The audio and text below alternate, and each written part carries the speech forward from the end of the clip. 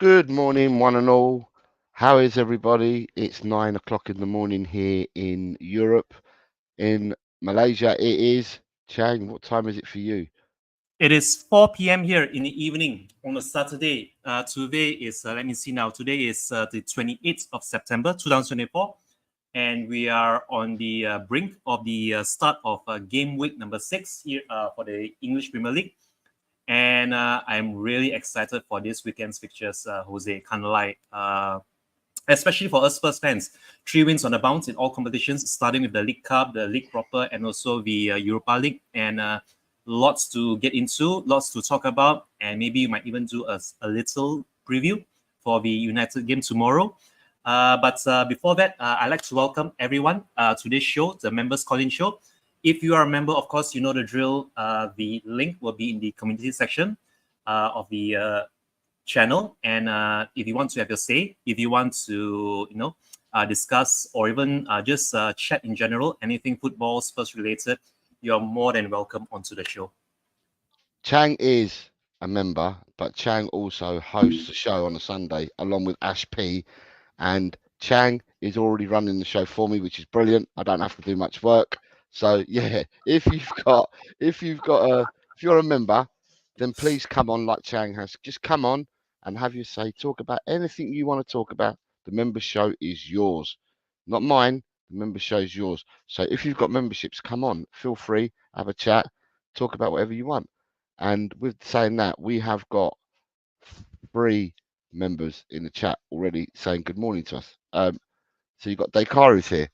Dekaru's a member. You're more than welcome to come on as well. David Dekaru says, "Hey Jose, hope you're having a good day.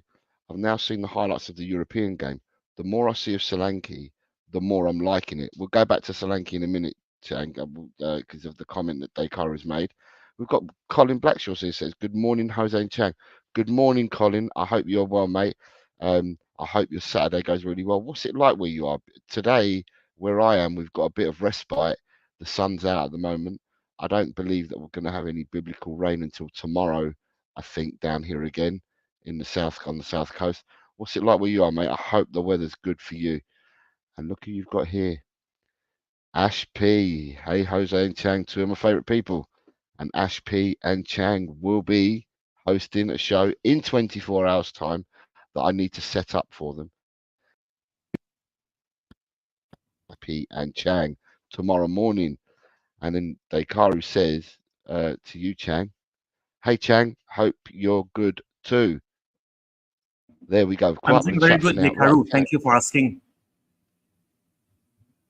So Chang, I'm going to ask you the comment that Dekaru made in where he says, "Hope you're having a good day. I've now seen the highlights of the European game. The more I see of Solanke, the more I'm liking it." What are your thoughts on Solanke, Chang?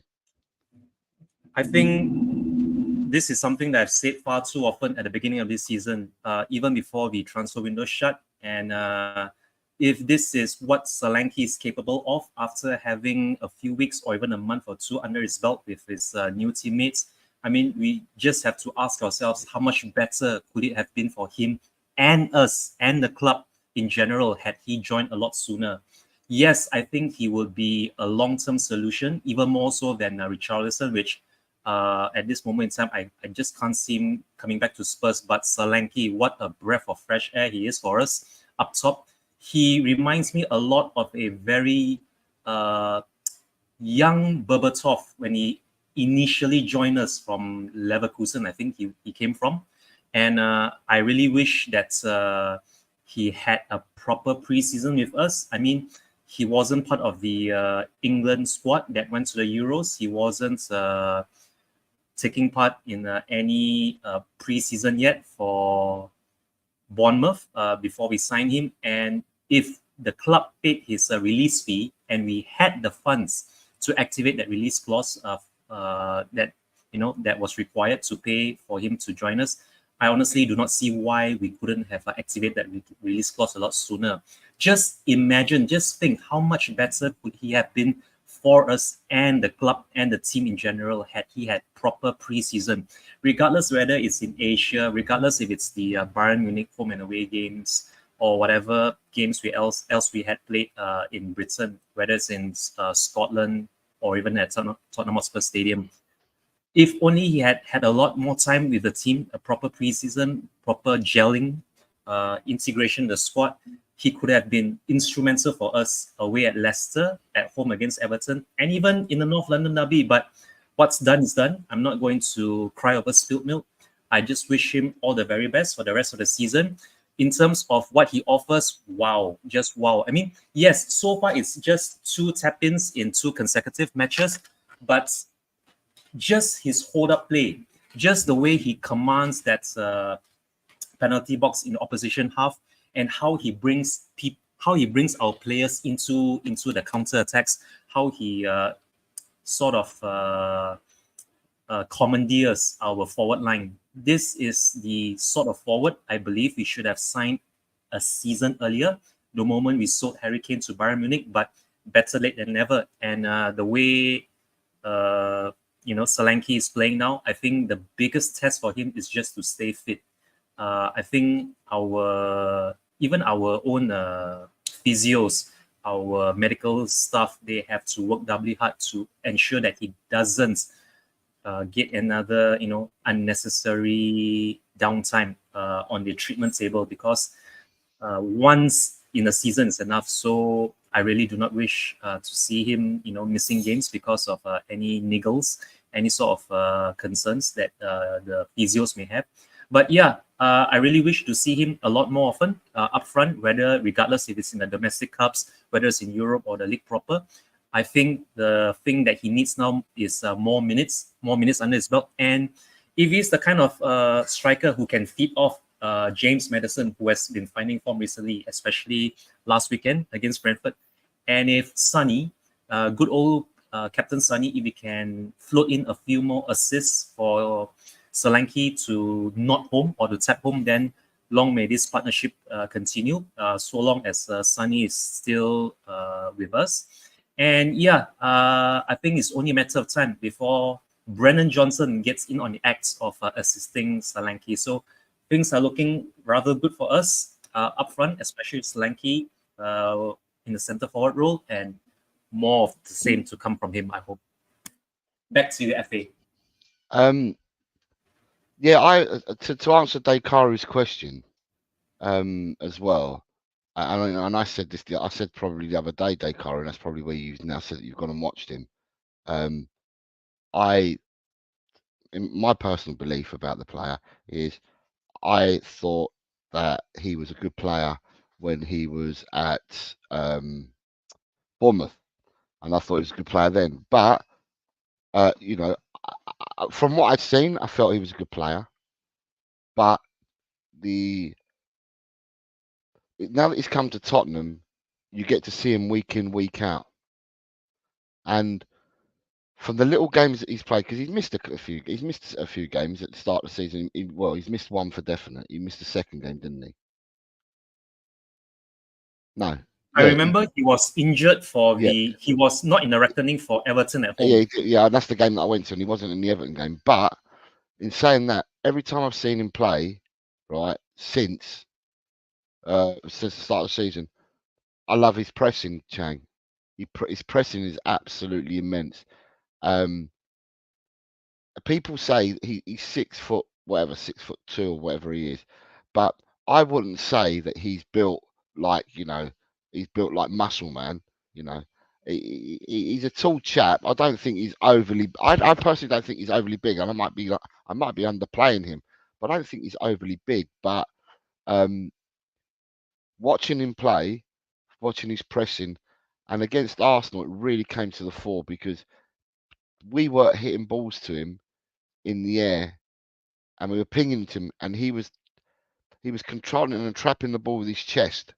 On one occasion, he's trapping the ball on his thigh, he's trapping the ball on his foot, and he's bringing that ball under control straight away, whilst holding Saliba and flinging Saliba around like a ragdoll. And I've never seen Saliba bullied like he was by Solanke. And then you watch him in the other games as well, and watching him against Carabao, he's close ball control with both feet. He dances with both feet. He can play with both feet, and the ball stays beside his feet. He looks like a really, really, really good footballer, and he's got a good brain on him. Now you said, and I don't know whether it's too early, Chang, for me at the moment, but you said he reminds you of Berbatov. And that's a big statement to make because Berbatov was absolute pure. He was honey, so to speak. He was pure. He was just honey, silky, smooth. He was honey. So to make a comparison like that is big time, big time, big time. But he is very much a really good player. I'm going to ask you about. So that's you've got a few more people coming. So let me just say hello to a few more people, and then we can continue talking.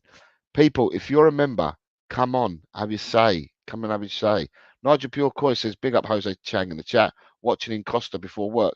Other coffee establishments are available. Nigel, I've received your scores, your predictions, and I've just put them all in, mate. And I've messaged you back because you left them on yesterday's stream, so I've sent you a message back.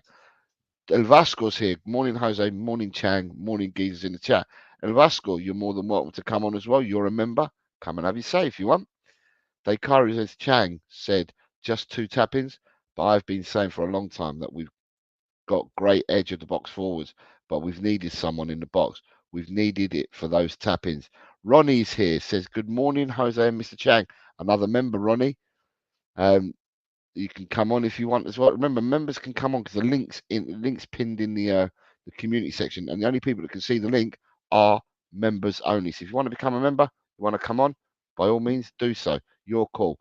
Tottenham Ranger says Solanke didn't score a tap in. As soon as the ball hit Son's foot for the shot, Solanke instantly ran into space, and the ball could bobble off the keeper. That's the positional awareness a striker needs. Something Son doesn't have when he is a 9, is what he says. And then Dekaru says, Jose 100% in the pressing. He's in there. He's in the box. We've been so missing that. So for me, like I said, when I went to the Everton game, he didn't play. And I watched from the Leicester game. The press always started with Solanke at the Leicester game, the first game of the season. And ever since then he's played, the press always starts with Solanke. And we look good at pressing as a team. And I think what we've learned, what many teams do is they press non-stop and they just get absolutely knackered because it's tiring to do so. Yeah. You win the ball back, and it's fantastic because then you're controlling the game. But for the pressing, you've got to pick and choose your moments. And I think Tottenham are doing that. They're picking and choosing their moments, and they're doing it as a team. It's as if they're telling each other in code, right, we'll stop pressing now. Get a breather. Get some more air back in our lungs before we start again. And the pressing definitely started and has been from Solanke in every other game than the Everton game because he didn't play. But when I went to the Everton game, I was mightily impressed with Son was up front. Son did the pressing, and I was so impressed with Son's pressing against Everton as well. So Son maybe not scoring the goals. How many has he got this season, Chan? 1, 2? I don't think he's got more than 2 goals this season, Son, has he? I know that both of Son's goals came in the Everton match. If memory serves me right, the first one he robbed. The first one that he robbed. Let's see now, Pickford. He robbed Pickford with his press. He got that one, and then he scored a second goal in the second half. When he, if you remember that sprint by Van der Ven, from box to box, and when Van der Ven arrived at the opposition's penalty box, he then squared it for Son for him to slot under Pickford's legs for our 4th goal of the match. So Son has 2 league goals this season. So Son's got 2. Son is assisting, right? Now, Son has assisted some goals as well. Ash P is saying to you, Ash, Solanke actually reminds me of Defoe rather than Berbatov. Well, the good thing is, Ash, is he reminds you of a Tottenham forward that would score goals. So either you or Chang, I'll take Defoe. Would we take Defoe and Berbatov? I think we would. I think we would. But Sonny, yes, Sonny scored 2 goals that day. Sonny has been assisting. Now, for someone like Sonny, if he starts scoring goals and he goes and starts finding the net, Sonny can go on a streak, can't he? He can start nicking a goal every game, can't he? For me, honestly, for Son, I think it's more of his consistency, or rather what he actually brings to the team in the system that we play in. If let's say, for example, and I'm just guessing from what I'm seeing in the games that he does play on the wing. When he's on the wing, he's limited to either crossing early or to shots from outside the box, but rather rarely does he get the chances to slalom or to dribble his way into the box, given how the way he's being marked. The only one time I've actually seen him through on goal this season was last week. If you remember the game against Brentford, he was true on goal, but rather than shooting, he went squared for Johnson to try to get Johnson to score his second goal of the match, which Johnson missed, and it just went slightly off the far post. Son, for me, in order for him to score, it's either, usually we see him scoring from outside the box, but yeah, he needs opportunities to do what he does best with Harry Kane, which is Harry Kane provides, or Harry Kane knocks it down for him or squares it for him. Son then does run the channel. He runs the channel, latches onto that long ball or the through ball or the squared ball, and then he then goes for goal either with a tap in, a screamer, or just trying to pick his side when through on goal. In order for that to happen, I think playing on the counter does work for him. Playing on the counter when you're sitting back, when you're soaking up pressure, and he's the one up front to break away on the sprint, then he scores. Against Karabakh, against Brentford, even against Arsenal in the North London derby, unfortunately, he didn't have that kind of opportunities.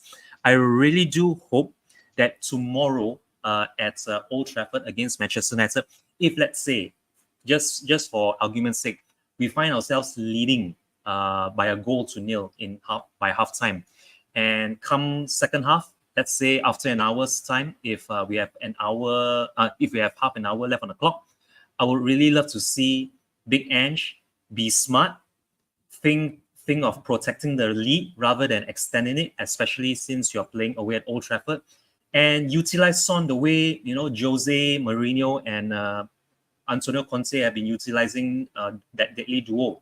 Let Solanke play the role that suited Harry Kane so well on the break or on the counter when he drops very deep, and then Son can then do his sprints through on goal if he is put through. And I think if we do that more often than not this season, especially when we're protecting the lead, then we will see him scoring. That will then in turn give him confidence going forward, and that will really lift the morale of the team, the fan base, even the club as a whole. For me right now, I just feel that Son needs opportunities to score, and he has to create those opportunities on his own, because age isn't on his side. He's not over the hill by any stretch. He still has a vital role to play for us, but he has to reinvent himself. And I think with Solanke, he might just get that age back. But again, I think it's just down to him, how he then makes the most of the chances given to him, and also the instructions that are passed on to him by Big Ange and the coaching staff. You got Tottenham Ranger says he never starts the season well anyway. He's a purple patch player and he'll do a job. Ash P is saying to us, did you see Angie's comments about Son playing too many games? When was this? Because I've not been, because of work. I believe, Jose, this could be in the post-match conference. It was in the it was yesterday. It was yesterday, Friday, the pre-match conference. Yeah, the pre-match conference. He did say that Son will take part in a training session today. He will be assessed today, and that they are trying to manage the number of games that he's going to be playing for the remainder of the season, because he honestly has been playing a lot. And it's not just the Asian Cup. Earlier this season, he's also been playing quite regularly for the Korean national team when he's had to captain the team. And for me, actually, Son needs rotation. I was hoping that Oderbeer would be that player to rotate with him, but unfortunately, Oderbeer himself now is out for quite a lengthy spell, and I think we have to be smart with how we utilize Son. We don't want Son, our talisman captain, to be on the sidelines in the latter stages, almost the twilight season, his twilight stretch of his career with us. So yeah, I would really utilize him sparingly if possible. But yeah, for Son, I think he has to be brave enough to tell the boss, you know what, Big Ange, I'm just not feeling up to it. I am struggling. I am not at my best right now in terms of my fitness, and I would really love it if I was deployed in a different role, or rather, I was given a more central role, which I don't have to do so much running. And who knows? Maybe Son is going to be the rotation for Solanke and not Richarlison. That's what I'm hoping actually for Son in the latter stages of his Spurs career, in which he then rotates with Solanke for that number 9 role. And once that happens, then we will have two very dependable and reliable forwards in Son and Solanke as our number 9s.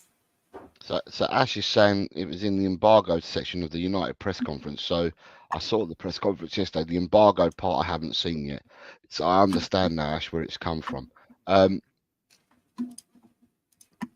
Tottenham Rangers says we're looking to move Son into a super sub next season. Daikari says, I think Solanke is so very important to the team. Ange has been trying to make us a pressing team, but we've had no focus to the press. Solanke gives us a reason for this style of play. And as I said, I couldn't agree more. I think the pressing from either Solanke or from Son, whoever's played up front, has been absolutely immense. But the press doesn't work with one player. The press has to work with the team doing it in unison. And the team have done really well. I mean, haven't got Romanchu here. Romanchu is the PPDA king who looks for the PPDA stats all the time. And Tottenham are definitely top of the tree when it comes to PPDA. Colin Blackshaw says Son needs to be more selfish. He's trying to help his teammates score too much. Dekaru says we are only at the start of the second season, but I feel like this is just the start of the proper Schwatart. And then says the proper start. Then he says start, though Schwatart would be good too. Good afternoon, Eugene. Eugene is here. Good afternoon, Eugene. I hope you are well, sir. I hope you are well. Johnny Bethnal Green says, I'd love to come on. I'm having nightmare morning and can't move my head or arm at the moment. Waiting for my wife to get me moving. I've left her to have a lie in. Poor Moo. Johnny, I hope you feel better, mate. I hope you feel better soon and that you can get yourself up and running. It's only 9:26, mate. Still a long way to go in our day here in England. Good morning, Finn. Finn says, big up everyone. Good morning, Finn. I hope you are well, sir. I hope you are well. And then we've got Ronnie says, Son was holding his hamstring twice before he came off. I don't think he will play on Sunday. Dekaru spreading some love there for Johnny Bethnal Green. AJ says, big up everyone. Good morning, AJ. I hope you are well, sir. Finn saying, big up to me. Gamecock, if Son is out versus United, Bergvall in and Kulu out wide. Interesting. We can have a look at. We can discuss that. Big up Jose and Chang from AJ. Ash P says, would you play Mikey on the left if Sonny is out? We can talk about that as well because we've not got to the team yet. Finn says that Solanke's pressing has been immense. Johnny Bethnal Green says, Dekaru, I'll be all right once she kicks me in the neck and I pull my arm out of the socket. Eugene is out in the supermarket with his family. God bless you. It's good to have family time, Eugene. Yeah, important time stuff at times in your family, whether it be shopping, whether it be sitting there in a quiet period of the day and having a chat with your family. Family is always important, mate. Ronnie, if Son out, Ange will go with Biss, Lolo, Madders, Kulu, Solanke, Johnson. Won't play Bergvall or more from the start. Finn says he's very well, thank you, and he says big up to Chang. Right, so there's a few people that have put in some comments there. Remember, if you're members, you're more than welcome to come on. The link is being posted, so any member would have seen the link for today's show. I did only post it 45 minutes before I started, and that's because I forgot to post it just after midnight last night, and I decided to go to bed. For tomorrow, you've got people talking about. No, AJ, we haven't. No one's discussed Thursday yet because it's up to people to discuss what they want to discuss. It's the members of the show. So people are talking at the moment about Solanke and about Sonny is what people have talked about, and that's what we've discussed. To me, Sonny, right? I'm going to go back to the debate about football, Chang, about the too much football that Anne just said, right? To me, and I've said this, and I've said this so many times. It doesn't matter who the player is now, Chang, all right, and it doesn't matter what the club is or anything at all. You've got these big associations, whether it be your national association, whether it be your league association, whether it be one of the continent associations. They're all just throwing competition in after competition. There is no care and attention for players, and people will say that players, they're pampered, they're overpaid, blah blah blah blah. But I feel that sometimes these associations make decisions without consulting anyone, and they just throw in and make a competition and throw it in there, which then makes the calendar far bigger. And so if you look at some of these people, let's take this year for instance. I'm going to take this year, right? At the start of this season, you know that you're in Manchester City and Chelsea. Let's say they know that they're playing in the league. They know that they're playing in the Carabao Cup. They know they're playing in the FA Cup. One's playing in the Champions League. The other one's playing in the Conference League. So they've got Europe. They know that already. But come the end of the season, when they should be resting players because there's no World Cup this year or anything like that, what do they go and do? They go and stick a World Club Championship in the middle of it.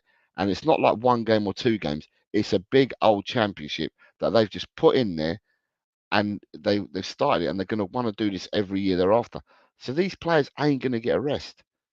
If you're going to go out to win this World Club Championship and you don't, and you want to win it, you put out your first team players. They're not going to get a rest for the next season, and this happens year in year out with the World Cup every 2 years, a European Championship every 2 years, a South American Copa America every 2 years.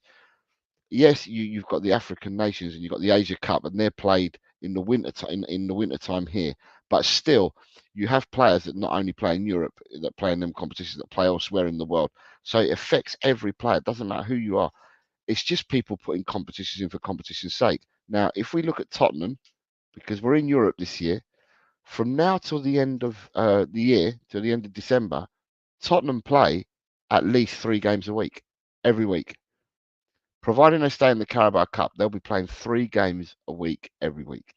And what happened last week to Manchester City, to me, is a disgrace. I know Rodri spoke up about all this prior to the season starting, and had doubts about player welfare and stuff like that, and that people keep just plonking competitions in. So there's no slots free. The competition's just all been plonked in, and so Man United played. So it's Man City, sorry, they played a game on Sunday against Arsenal, and he got injured in that game, didn't he? And then 2 days later, they were in the Carabao Cup. 48 hours after playing Arsenal, they were expected to field a team out in the Carabao Cup. Now, looking at us, and I don't know whether they're going to change the fixture list, Chang, at the moment, but just looking at Tottenham for now, we play, I think, Crystal Palace on a Sunday. Because we've got the European game on the Thursday. And then we've got Palace on the Sunday. Yes. And they've put us in against Man City on Tuesday, 48 hours after the Palace game. But I think they've put everyone in at the moment on the 29th. I don't think they've put anyone in on the 30th. So everyone currently is the 29th, because we then don't play till the following Sunday. So whether they change that to the Wednesday or not, I'm not sure. But for me, where do you sit on this player welfare? Are they playing too many games, or is it just that they're overpaid, people, and they should just expect to be turning up for every game because that's what they get paid in their profession to do? for any profession, regardless if you're in sports, regardless if you are blue-collar, white-collar, professional, or even a laborer for that matter, I think if you are overworked, if you are, not getting much rest, and the expectations of your organization, your club, or even your company is weighing too heavily on you, it doesn't really matter how much you are paid, because you could be a sweatshop worker being paid peanuts, or you could be one of these sports superstars, not necessarily football, because there are a lot of big time NBA players, NFL players, or even these motorsports drivers and riders. I think no price is worth putting your health and especially your lives on the line, as far as that for the sake of entertainment is concerned. And for the players' welfare, I think the corporations that run any sport, any organization, they have to have a look at themselves, at what it is that they're doing to these entertainers. This is how they pretty much label, or how they treat players nowadays, that we are paying you this much and we expect you to do this much. So either you get on with the show, or we would gladly pay whatever we are paying you to someone else who's willing to do that amount of work for X amounts of salary. So I think there has to be a balance, honestly, and not only a balance in terms of the salary or the number of games, but also a parity between say how many games we can expect fans to attend, how many games we expect a club to be able to feel their players to be fit for said competition.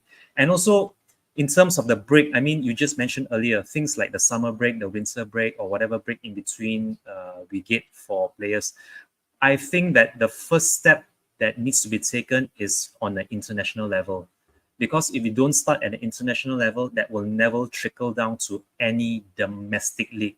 Regardless if you're in Britain, you're in Europe, you're in Americas, you're in Asia, you're in Africa, if it doesn't start on a global international level, that will never get any sort of traction on the domestic level. And a lot of this, you see, I mean, honestly, in the 90s and even the 2000s, there was never a Nations League. There was never these, intercontinental leagues between, say, Europe and Americas, or between Asia and Africa. Just stick to the bare basics that we've been, accustomed to for decades and decades and decades before this. Whether it's your World Cup, your Euros, your Copa America, your AFCON, or your Asia Cup, just stick with that and scrap everything else. Yes, you can still have your international break, because I think that's the only time any of these international players actually get together as a nation to prepare themselves for whatever major tournament is up ahead. But for the rest of it, scrap that. And if you start scrapping that, I believe that will then trickle down to your domestic leagues. You may have a very tight schedule, let's say in the forthcoming fortnight or so. But once that tough that congested period is over, then make do without the international break, because that's just going to make players travel unnecessary distances just to meet up with their national colleagues, and then not only meet up with national colleagues, play an international game, a pointless international game for that matter, and then they have to come back to the domestic league proper. I think that is just one game too many, honestly. And the only international games that actually matter right now, apart from those major tournaments I just mentioned, would be qualifiers. That's it, full stop. You have a World Cup qualifier coming up, go for it. You have a Euros qualifier coming up, go for it. And more often than not, these qualifiers also should just be, maybe second stringers or your second team who take on the minnows in your qualifying group. Let the regulars for, let's say, a Man City or a Man United, a Liverpool, a Chelsea, an Arsenal, even a Spurs team, let the proper players, let's say Son, he has been captain for South Korea for so long. Let someone else step up, because Son can't be captain all the while. He can't be captain his entire career. Let someone step up, fill up his, captaincy in his absence, and then let Son maybe come off the bench for South Korea, or maybe let Harry Kane come off the bench for England. Something to do, something anyway. Something has to be done to proactively to take care of the players' welfare. And yeah, I still stand by the fact that it has to start on an international level. And once it starts at an international level, then all these other domestic leagues, they will then be able to manage themselves domestically. So in the chat, a lot of people have had comments on this. Ash P though was commenting, so family time, the supermarket is war, not family time. My dad and mum are highly trained, mission tested supermarketeers. So there you go. So that's because Eugene was out with the family. She said that it's war, it's not time. Finn says the player welfare is an absolute disgrace. AJ said, I would love to jump on, but the other half has reliably informed me we are busy today. Daikaru says, I don't understand these European breaks. We'll have 2 breaks even before the end of October. I don't even know what this comp is. For me, I just lose interest in football for several weeks. Ash P says you can pay them as much as you like. If their bodies can't handle it, it's abuse. Eugene, as for the players' welfare, we should either cap the games played or cap the players' wages, in my opinion. Daikaru says that more clubs are going to hold their players back from international games. It's just devaluing international matches. Dave Williams, good morning, Dave. Says, morning, Senor Jose, Super Chang, and the chat. Need to keep wins momentum rolling tomorrow. Ash has got the right idea. She says, smash them likes, people. Show these dreamboats some love. AJ, every career has its hazards. A lot of industries pay more because there is a higher risk of danger. Footballers are paid unbelievable amounts of money to play football. It's the manager's job to rotate. Gamecock says the quality of player matter less than his availability with all the games they play. So injury-prone players is a no-no. AJ says drop to a pay-as-you-play contract and watch these players want to play every game. Eugene says FIFA doesn't care. They are looking to generate more yen-yangs. And dinero, pesos, lira, drachma, franc. Go on. Dollar. I do agree. Pointless like Club World Cup and Nations League need to be done away with. I get some people's thoughts, and I understand what you're saying, Chan, because to me, some of the bigger nations that do this have done this cycle for many years, and I'm talking about Spain. I'll say Italy as well. Not been successful at it, but Spain, Italy have done it. Germany have done it as well. What they tend to do is in between. So there's European Championships and a World Cup every 2 years, yeah. And what they tend to do is you find that the cycle always starts for the World Cup with these nations. So once the World Cup's finished, people that retire or that fall by the wayside, and then they start creating new players in a new squad, and they start giving other people chances, and then the European Championship comes along. So therefore, Spain won't pick all the superstar players for every squad leading up to the qualifiers for the European Championships. Yeah, they give other people an opportunity. So it's a cycle that they go through. Yeah, and then when they get to the European Championships, they'll play whoever. So in between, for the 2 years in between the qualifying, these 3 nations that I've said, they won't pick all their best players and play them in all the games leading up to, and they'll always qualify out of their group more often than not. They'll get to the European Championships, they'll pick their squad, they'll pick their rightful squad. Then for the qualifiers for the World Cup, they'll do a bit more of it, in the sense that they'll pick their players a bit more, but they'll still cycle and give other people a chance, and then they'll stick their full squad in for the World Cup finals. And then like that, what they're doing, they're actually resting players. The thing that I don't agree, the thing that frustrates me about players going away is that, let's say someone like Sonny for Tottenham. Sonny is Mr. Korea. Sonny will fly out from England to wherever the Asian games are being played. So whether Korea at home or away in Asia, he'll fly out there. and Sonny will play every game because Sonny wants to play every game. I don't know whether it's the team pick him all the time. I think Sonny just wants to play for his nation every game, and so he'll play every game. However, you look at someone else. So pick another Tottenham player. Let's say who can we say? Let's say Basuma, right, or Bentancur. These players will fly out, right, to their respective competitions and their respective nations, and they will play one of the two games usually. They don't play two full games. Do you see what I mean? They play one of the two games usually.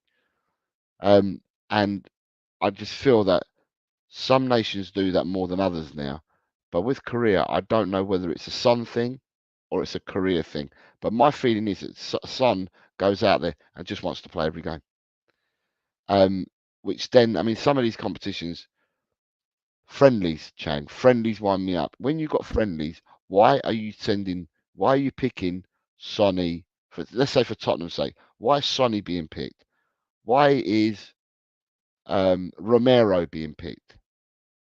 You know, for a doggy, I'm going to give him a pass.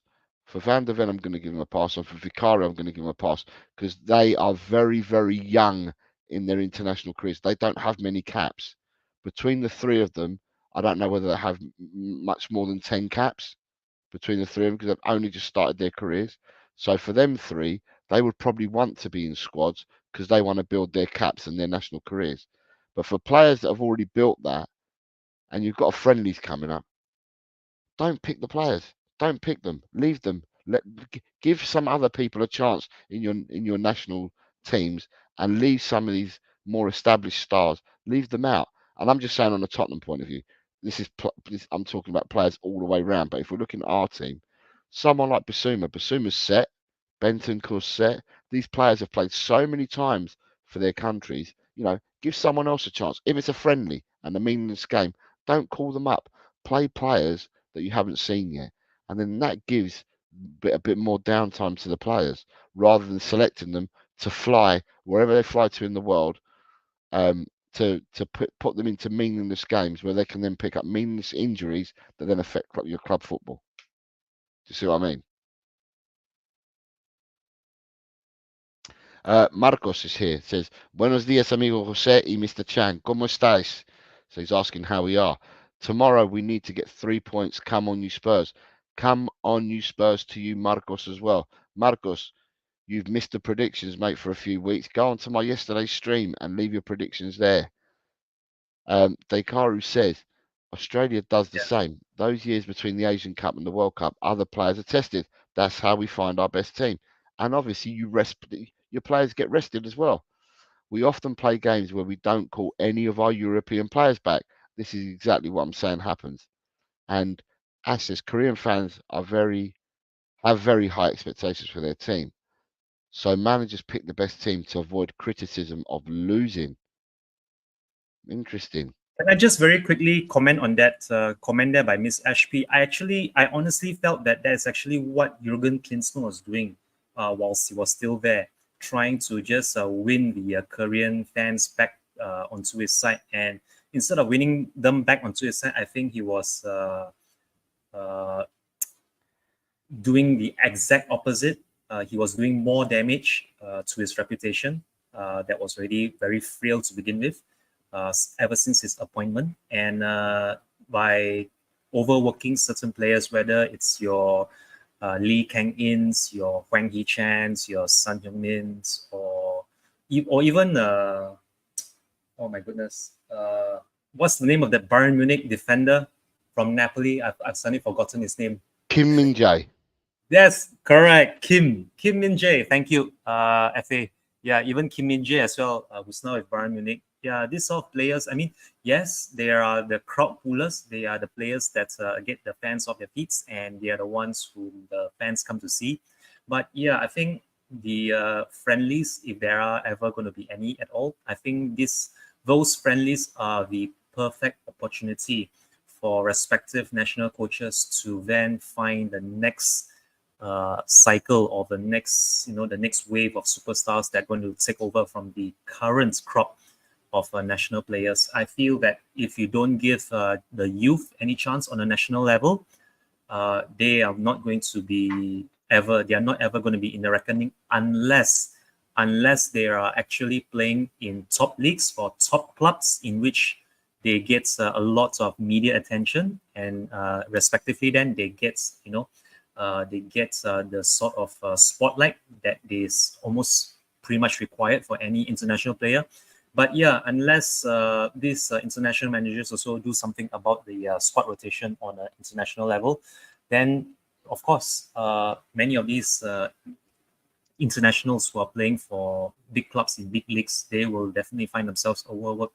And it's not just Son Heung-min and Romero or Harry Kane or any other marquee name that we know of that comes to mind. It's even fringe players like, say, if Ben Davies was still with Fulham, if he didn't ever come to Spurs, and he still is a regular for Spurs, then he'll also be playing week in, week out, regardless whether it's for his club or with his country in which he's now the current national skipper.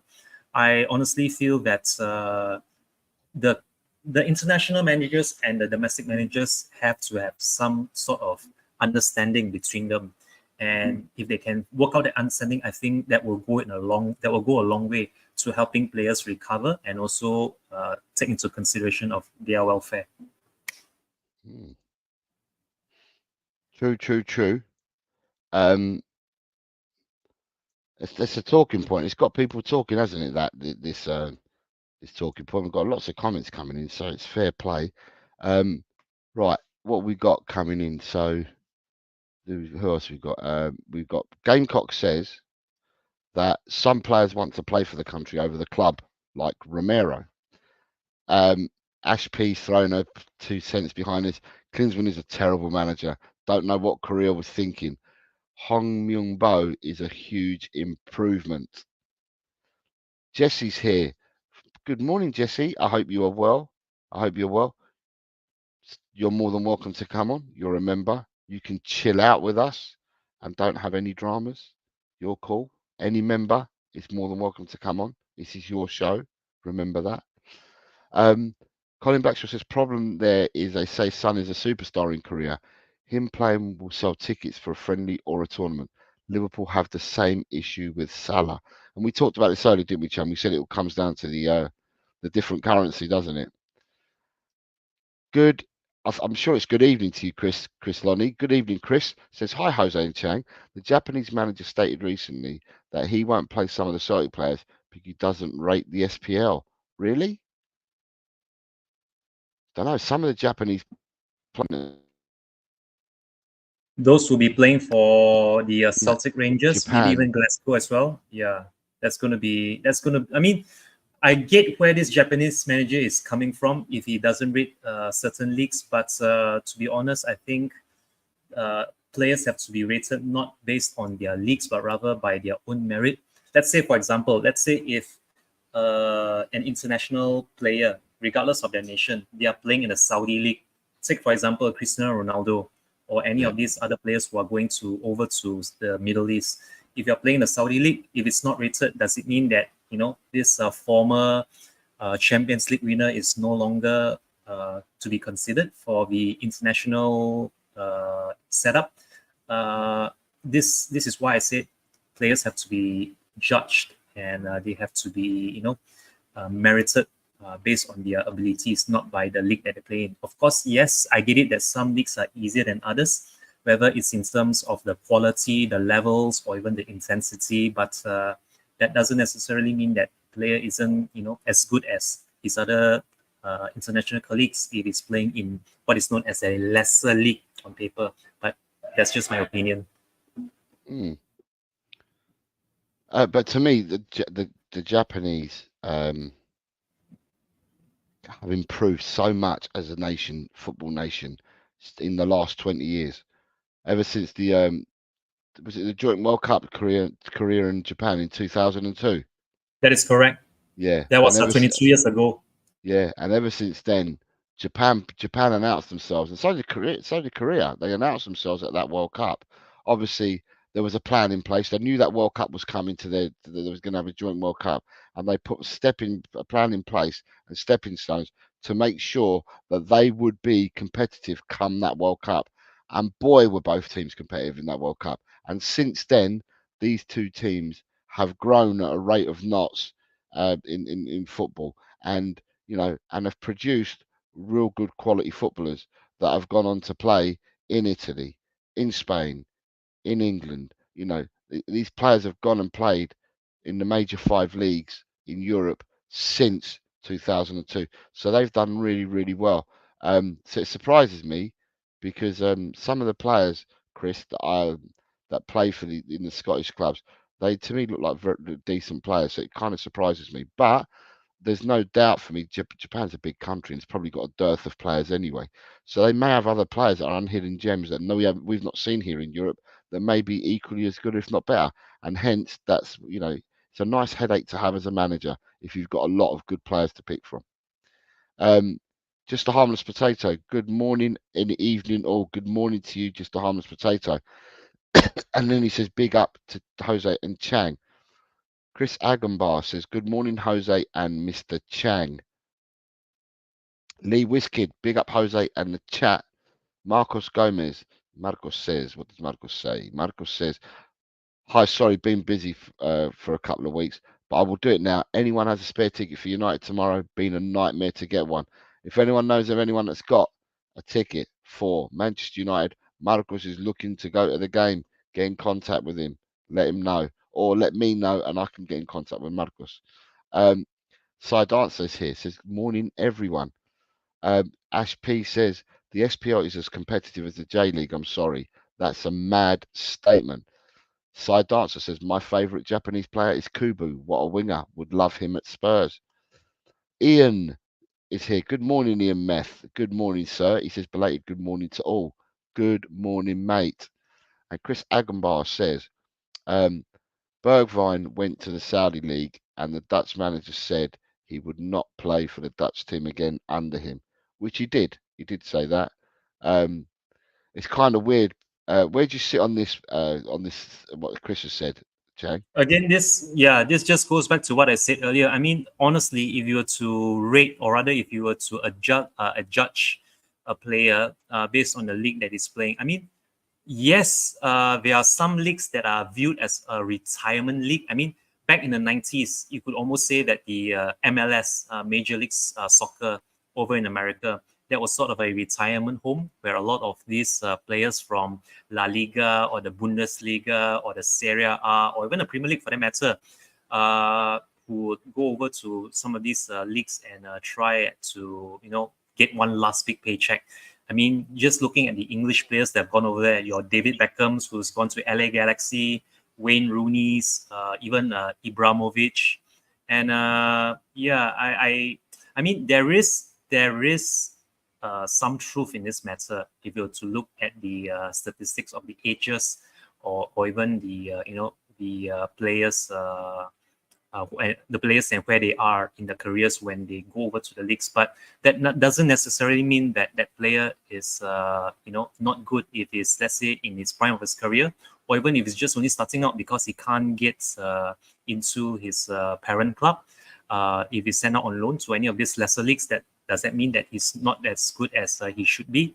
I think that there should be check and balances as far as this grading a player based on his domestic league that he's playing at.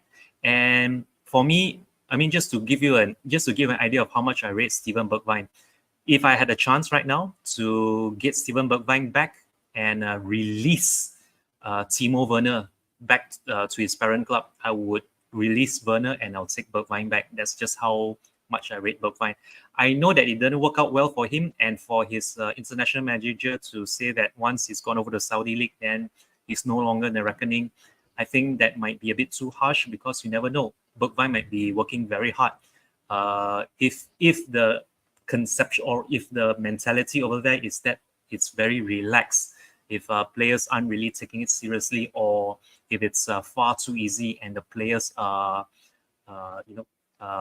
they are not playing to the best of their abilities because it's a lesser league, then maybe that will have a detrimental effect on the players' growth as they progress in their career. But unless there is concrete proof that you can say for certain that yes, the moment you are playing in one of these lesser leagues, you are no longer considered good, or you're no longer as good as you could be in a proper league, then maybe, just maybe, these managers have, they have something in that regard when it comes to selecting their international players.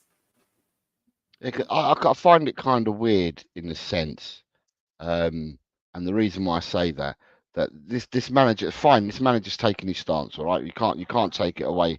The manager's taking his stance on this, but for me, the way that I look at it is that Ronaldo plays in Saudi, and Ronaldo's now 39 years of age. So, but age aside, right? Ronaldo gets to play international football still. He's still selected, yeah. But then apart from him, you've also got let's say someone like Messi. Take Messi for example. He's playing in America, but he still won a World Cup. What does that say about him? Yeah, but because it refers to Saudi. I mean, the comment is about the Saudi league being poor, is what the manager's made. But what I'm saying is, you've got someone like Ronaldo who plays in that league. He still played in World Cups.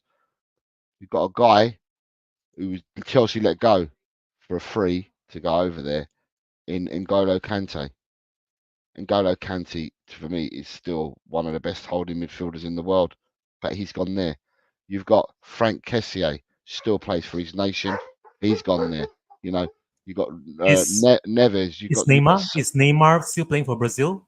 Neymar. Neymar's injured, isn't he? He's got that big bad knee injury. But all these players are playing in that league. Yet, as they're playing in that league, they're still being selected for their countries. So, for the Dutch national manager, who's the Dutch national manager? Is it Koeman? Is Koeman still the Dutch national manager, or have they changed? I don't know who the Dutch national manager is. I'm just going to look this up. Because the Dutch national manager used to be Koeman. I'm not sure who it is, but so whoever the Dutch national manager, whoever it is, yes, it is still Ronald Koeman. Okay, so Ronald Koeman. So Ronald Koeman's thoughts are that the Saudi Arabian League is not good enough for his players. Yet you've got players that are going to be deemed to be bigger and better than Bergwijn that are still selected by the nations. At the end of the day, I think it's just an opinion, and it's an opinion that Koeman has, I'm afraid. Amin, good morning, good afternoon, good evening to you, Amin. I hope you are well. Not seen you for a few weeks, mate. If you're interested in taking part in the predictions, leave them on yesterday's stream, and I'll put you in, Amin. He says, no excuse, Spurs must win against Manchester United and Brighton. In all honesty, Amin, I think Spurs need to win every game. I just think they're all equally as important to each other. For me, we need to start picking up momentum in the sense of, and I say this, people are going to be bored of me saying it, but last season we won one and we went hiding for four. We hid for 4 games. We win one, we hide for 4. We win another one, we go hiding for some more games.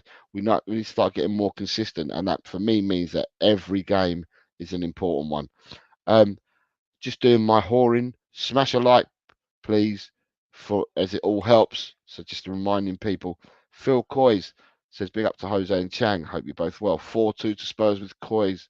Win, come on, you Spurs. PS, I put my predictions in the comments on the prediction show, Jose. Ooh. Phil, you'll no doubt see that I've received them, and I've also commented back to you, and I've also wished you a speedy recovery, mate, because I know that you've been a bit under the weather. So I've done all that, and I've wished you a speedy recovery as well, mate. So there is care in the community coming from Jose. Ashby says, I would release Werner for Miss Piggy from the Muppets, let alone Bergwijn. Just Thomas Protector says, yeah, it's still Koeman. Dakari says to Ash, I think Animal would rage. And then Johnny Bethnal Green says, Saudi is the retirement fund league. Well, some of the best players play out in this league. So, and look who you've got. Marcos has become a YouTube member. Thank you very much, Marcos. It's much appreciated. we have one. We have one that's become a member. So we have a new member today, a new member of La Comunidad, as they would say in Spain.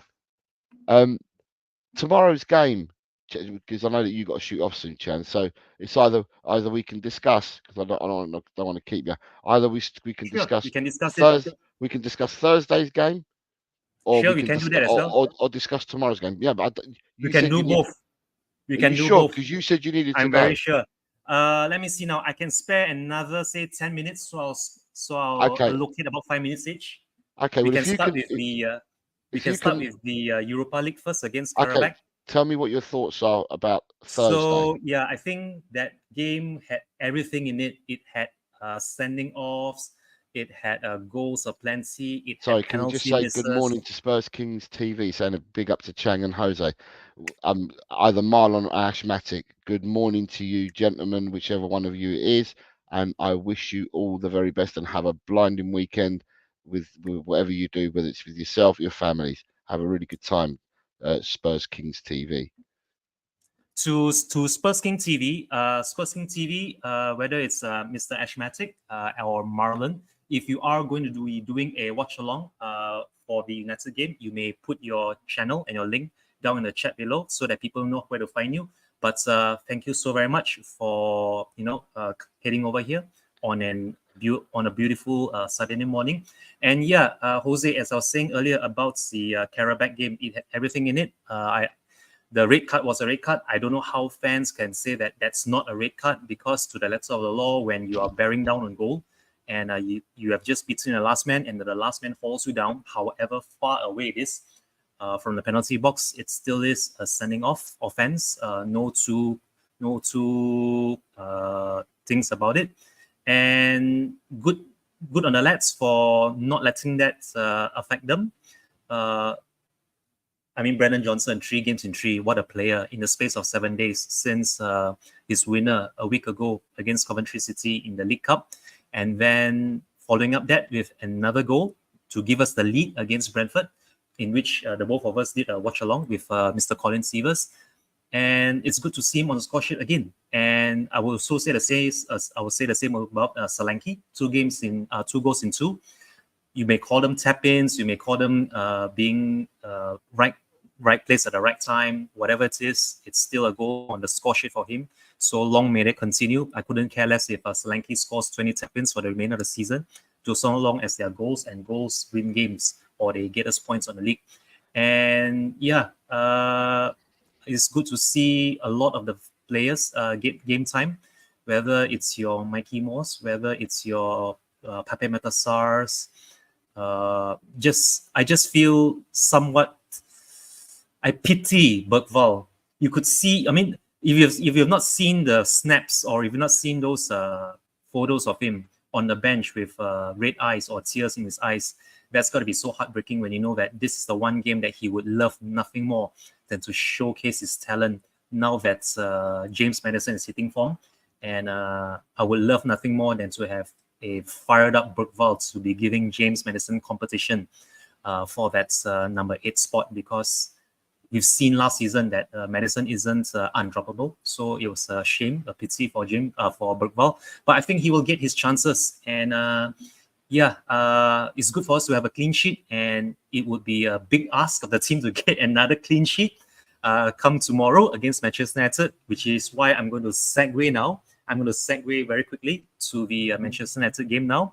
For tomorrow, I just want to see pretty much the same starting 11 that played against Brentford, barring, I think, Bentancur. I think it's going to be suspended because of those comments he made about Son and Koreans or Asians in general. But otherwise, I think it's going to be pretty much the same starting lineup. The only question now is, will Son also be missing out, just like Bentancur? And if so, and this is where I'm going to give you my prediction of the starting 11. The back four will be the back four. It's going to be Vicario, Porro, Udogi, Vanavan, and Romero. That midfield trio now is going to be it needs to be tweaked if Bentancur misses out from his suspension. It will be either one of Pepe Matasar or Bissouma. Honestly, I will give it to Sar to start and maybe bring on Bissouma if more experience and know-how is required for us to shut up shop and park the bus if we take the lead into the last half an hour or so in the second half tomorrow. The front three is the one I think that a lot of people will be trying to guess what Big Ange is going to do if Son misses out. I would actually fancy putting Porro as right midfield if we can slot Jet Spence in at right back, which then leaves Johnson on the left. Solanke is going to stay in the middle, and Porro can actually push up wide if Kulusevski is still staying in midfield. That would actually be my front three, which I think is a mixture of experience, pace, and speed, which we'll need in order to hit them on the counter if there ever comes a time where we're going to be, parking the bus against them. And I think Jet Spence is more than capable, or even more so capable than Porro in terms of his defensive abilities at the back. I wouldn't necessarily make big changes that will upset the balance of the team now that we have a winning streak under us. And if you would ask me my score prediction, I said I'm going to go for a 2-2 draw yesterday on Kate's Just a Girl Who Loves Spurs her show, and I think she's just sent a message in the chat. I can see that. Good morning to you, Miss Kate. Thank you so much for being here with us. Yeah, I'm still sticking with my 2-2 draw prediction, Miss Kate, if you're still with us. And I just want us to avoid a defeat before we go to Brighton. I will gladly take a point right now, and anything more than a point is going to be a big bonus for us. So I think you kind of caught me on the hop, Chang, because I'm unsure whether you've seen something that I haven't. Because when you said about your lineup and you said about Bentancur being suspended, when did they pass judgment on Bentancur? Because I've not seen that. Let me just see. I wait a minute. Because he had the right to appeal a couple of weeks, not this Thursday, just gone the Thursday before, but that was the right to appeal, or to accept the sanction. But I didn't realise that any sanctions been passed on him as yet. So wait a minute. I'm just trying to find this. Okay. So the Mirror, this is what was reported 3 days ago on the Mirror. I'm not sure how accurate this is. Okay, what did it say, mate? This is by Alan Smith. Forget about it. What are the Mirror saying? Midfielder Bentancur could face a suspension of up to 12 games after being charged with misconduct. Yeah, he was charged with misconduct, but he had the right to appeal up until the Thursday before last. But then they have to hear. They have to They have to make a judgment on a sanction. A hearing. Yeah, have the hearing, whether he's appealed or not. They have to have a hearing, and I've not heard anything about that hearing taking place yet. So when you said to me Bentancur suspended, I'm like, have I missed something? So yeah, so the Mirror are just saying they believe that he can get up to 12 games. So it's nothing new. It's been lots of people have said it could be 6 to 12 games, but nobody actually knows yet because the hearing hasn't taken place. So that means Bentancur is available for selection tomorrow. So if he is available for selection tomorrow, are you starting Bentancur or is it Bissouma for you? Bentancur for me all day. I mean, it was Bentancur who got us a draw last season when we went there. If you remember, that's an early goal of his in the second half that got us a very well-deserved 2-2 draw. And yes, if Bentancur is still playable or if he's still available, I would play him every single game that he's available until such time his suspension does take effect, if it ever does come into effect. But yeah, I did mention at the beginning of my prediction that if we could maintain the first starting 11 from last week, I don't see why we should change it. I mean, if it isn't broke, don't fix it. And the same goes for our starting 11. If we have found our winning formula, if we have finally come up with this starting 11 that can play week in, week out the same way they did against Brentford at home, then why should we forsake that? Just for the sake of rotation. I mean, I saw plenty of rotation on Thursday to come to the conclusion that whoever played last Saturday should be playing tomorrow at Old Trafford. And that leaves only Son Son is the only one with doubt or rather uncertainty over his availability. And yeah, that's where I think Big Ange will have a big headache when it comes to selecting stock for his country.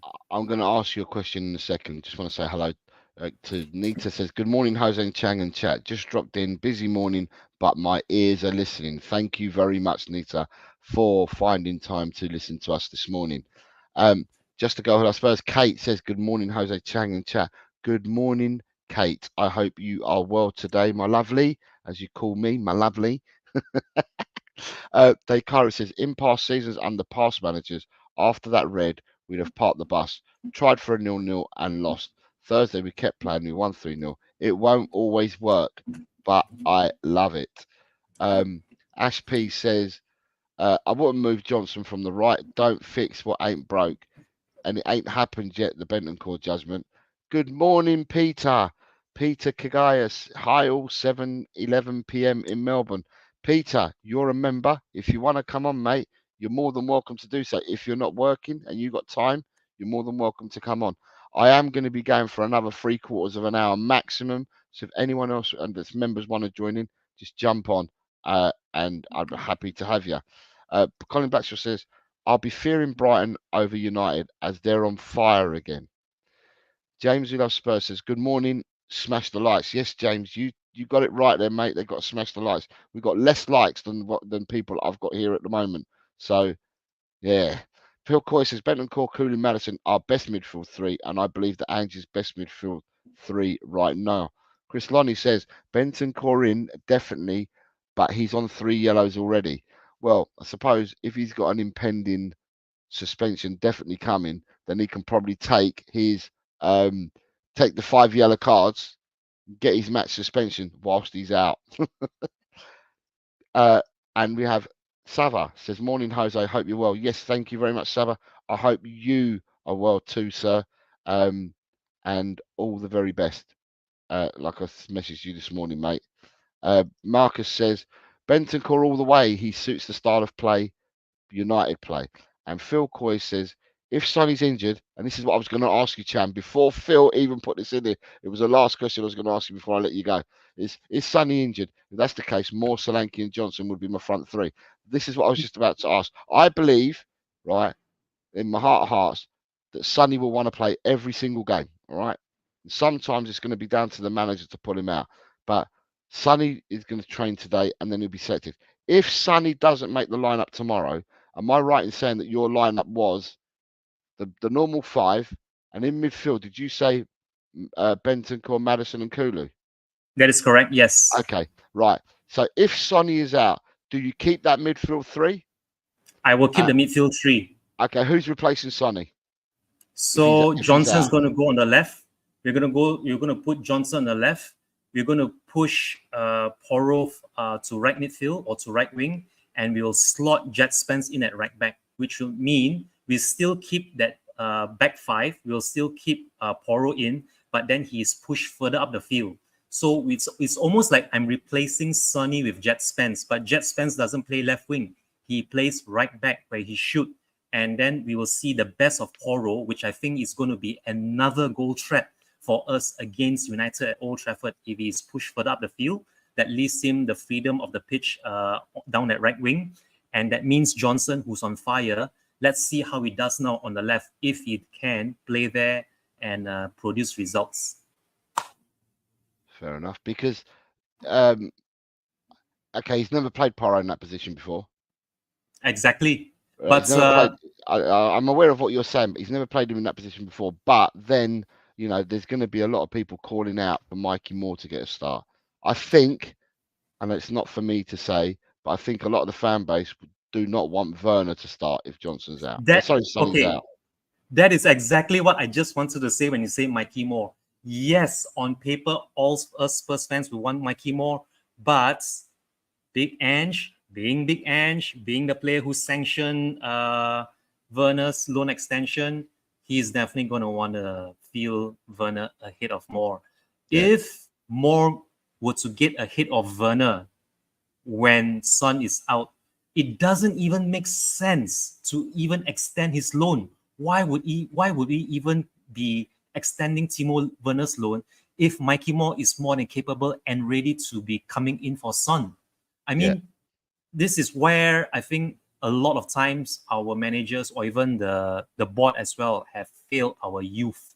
They have failed these players that come through the system, come through the academy, and they don't get chances just because we have big money players on big wages who are preferred because they are the ones who either attract the fans, they are the ones who get the media attention, they are the ones who get the pundits talking.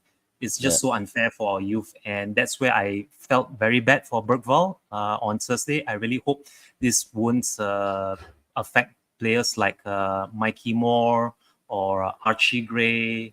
I just hope that Big Ange does what's best for us rather than what he thinks the board wants him to do on match day. And with that, FA, I'm sorry, but I know. Right, Chang, thank you very much for joining me this morning, for coming and jumping on. Chang and Ash will be on. I've not prepared the thumbnail yet, but they will be on in 23 hours as Chang. 22 hours and 45 minutes, as Chang will tell you, on tomorrow, Sunday, the 29th of September, as Chang would say. So thank you very much to Chang for jumping on. And Chang, I will prepare the thumbnail for you and for Ash for your show tomorrow morning here on Tel Cockerel. Chang, for you and your family, have a blessed remainder of your day, and people will look forward to seeing you tomorrow. Thank you. Thank you, FA. See you, everyone. Have a great weekend ahead. Come on, you Spurs. Come on, you Spurs. Take care, Chang. Right, so that's Chang. He's come and he's gone. Peter Kagaya says, getting ready for work, Jose. Peter, let me tell you, mate, I started this an hour earlier today. So instead of doing it at 10 o'clock start, I made it a 9 o'clock start. And I did this in the hope that you Australian people who keep supporting this channel all the time would have an opportunity of coming on. And today, you're here and telling me you're getting ready for work. So I've already missed you, and I started an hour and a quarter ago. I started early on purpose. Not seen David Shear, and I've not seen Tigaro. So I'm doing these shows to try and get you included, and you guys haven't appeared. But it could well be that I stuck the members link in 45 minutes before starting, although the thumbnail had been up for days. But not to worry. Phil Coy says, big up to Sava. Ash P says, I'm on the Mikey Moore train. Choo choo. He can't possibly do worse than Werner. Phil Coy says, I think Ange plays Werner if Son is out. And Phil, that's what I think a lot of Tottenham fans are dreading, because a lot of Tottenham fans would rather see Mikey Moore start than Werner start. So yeah, it remains to be seen. Personally, unless there is an injury with Son that he can't get past, or that someone's got the brass tacks to rest Sonny, then I've got a feeling that it will be the fan base might go mad if Werner starts. But we'll wait and see. We won't know what the lineup is until an hour and a quarter before the game tomorrow. So let's see what happens. Dragons D Nuts says, good morning, DDN. Says the Werner loan is a stopgap until Moore is ready to start. Yeah, I understand that, DDN, but I think a lot of the fan base are crying out to see this young kid play. And I think what makes it a bit more pungent, if you want, at the moment, is that there's two players that play for the England under 17 squad, and one's Mikey Moore, who wears the 11, and the 10 is worn by Ethan Namweri of Arsenal, and they're both meant to be generational talents for the England under 17s. And last week in the Carabao Cup, Namweri got a start from the start of the game and scored 2 goals. Mikey Moore gets like 2 minutes, if that. No, well, I don't think that Mikey Moore never got on against Coventry, but even against Carabao, he got like the last few minutes. So, at the end of the day, people are saying that Mikey Moore's this, that, and the other, but he hasn't been given his chances yet. And I'm hoping he does get his chance this season. But as a lot of people, we're all itching to see whether he's ready, 2, what can he do when available and when playing. And I think a lot of people will be looking at tomorrow's lineup if Son doesn't play. So we'll have to wait and see. As long as the link has been sent, the link's out there, mate. The link's gone out to all members. The link went out this morning. I did the link about 8:15 this morning, so I would have done the link just over 2 hours ago, and I actually pulled the stream back from 9:30 to 9 o'clock, trying in the hope to get all our Australian brothers on this morning. But I've just been there's another comment. Chris Lonnie says, Jose, today's the grand final Aussie rules. Okay, so that's, I mean, I don't know, Chris, who's playing in the final, because would it have affected any of the other boys? I think one's in Melbourne, one's in Western Australia. So I'm not sure whether it would have affected them. Just a harmless potato says, big up Phil Coys, great game versus Piggy. Don't let him wind you up. Phil says, mate, it was a close game. He was on a wind up for sure. He was running scared after that game. DDN says Mikey Moore will be a very good player in time. He's not there yet. 100% says just almost said it. Chris Loney says the match is between Brisbane and Sydney, and it's in Melbourne. But DDN has said that it finished a couple of hours ago. Well, it could well be that my fellow Australian brothers who keep supporting the channel may have gone out on the lash, may have gone for a few of the ambers. Who knows? Or they might have gone for a bit of grog. I don't know. But yeah, it was set up. And obviously I've got stuff to do with the family that I've got to go and do. So I don't know if Eugene's still here, but Ash P might still be here. I've got to go and do that shopping malarkey as well. And it's just going to be me and the wife because my daughters have both gone to work. So it'll be just me and the wife. And that means that I can spend quality time with the wife. I can spoil her a little bit and we can go and have something to eat. And I don't have to have my ankle biters around with me because my ankle biters are old enough to work. But when daddy's around, they always want to jump on the bandwagon and come out and get food or get me to go and buy them things and that. So I'm hoping that they're not around. Well, they're at work and that we can go and have some good time, together. So I did say that the longest I'll go on the stream is by 11 o'clock. So I've got another 35 minutes if people would like to come on. So if people want to come on, you're a member, hit the link button and come on, and yeah, and then I'll have a chat with whatever you want to talk about. Ash P's got the right idea again. She says smash those likes before you leave. Come on, people. Ash P, I've sent you a message to see whether you wanted to partake in the predictions. What I'll do is if people are not jumping on, I might do for people that have missed predictions that are here on the show. If you want to take part in predictions and you want to enter, I can put the games up and you can tell me what your predictions are. Not the people that are already taken part, for people that haven't. Chris Lonnie says it's a huge day for the Lash. Yeah, followed by rugby league finals next weekend. Really? So you've got rugby league finals as well next weekend. Oh, interesting.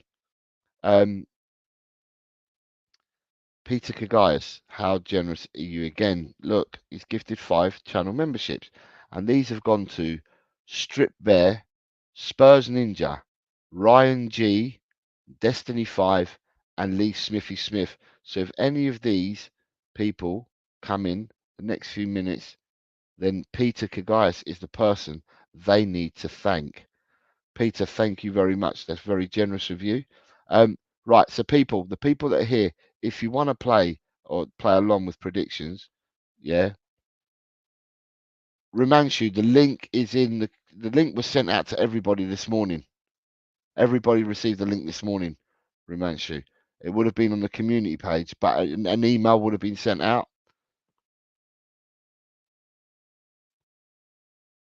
James, I got your predictions in already. But if anyone wants to do the predictions that hasn't done so already, give me your predictions for Newcastle versus Man City, and I'll get you in. And Ash P, that includes you because I sent you a private message, Ash P, to tell you to do it as well. Yeah, if anyone wants to partake in it, tell me what your prediction is for Newcastle versus Manchester City, and we shall get you in.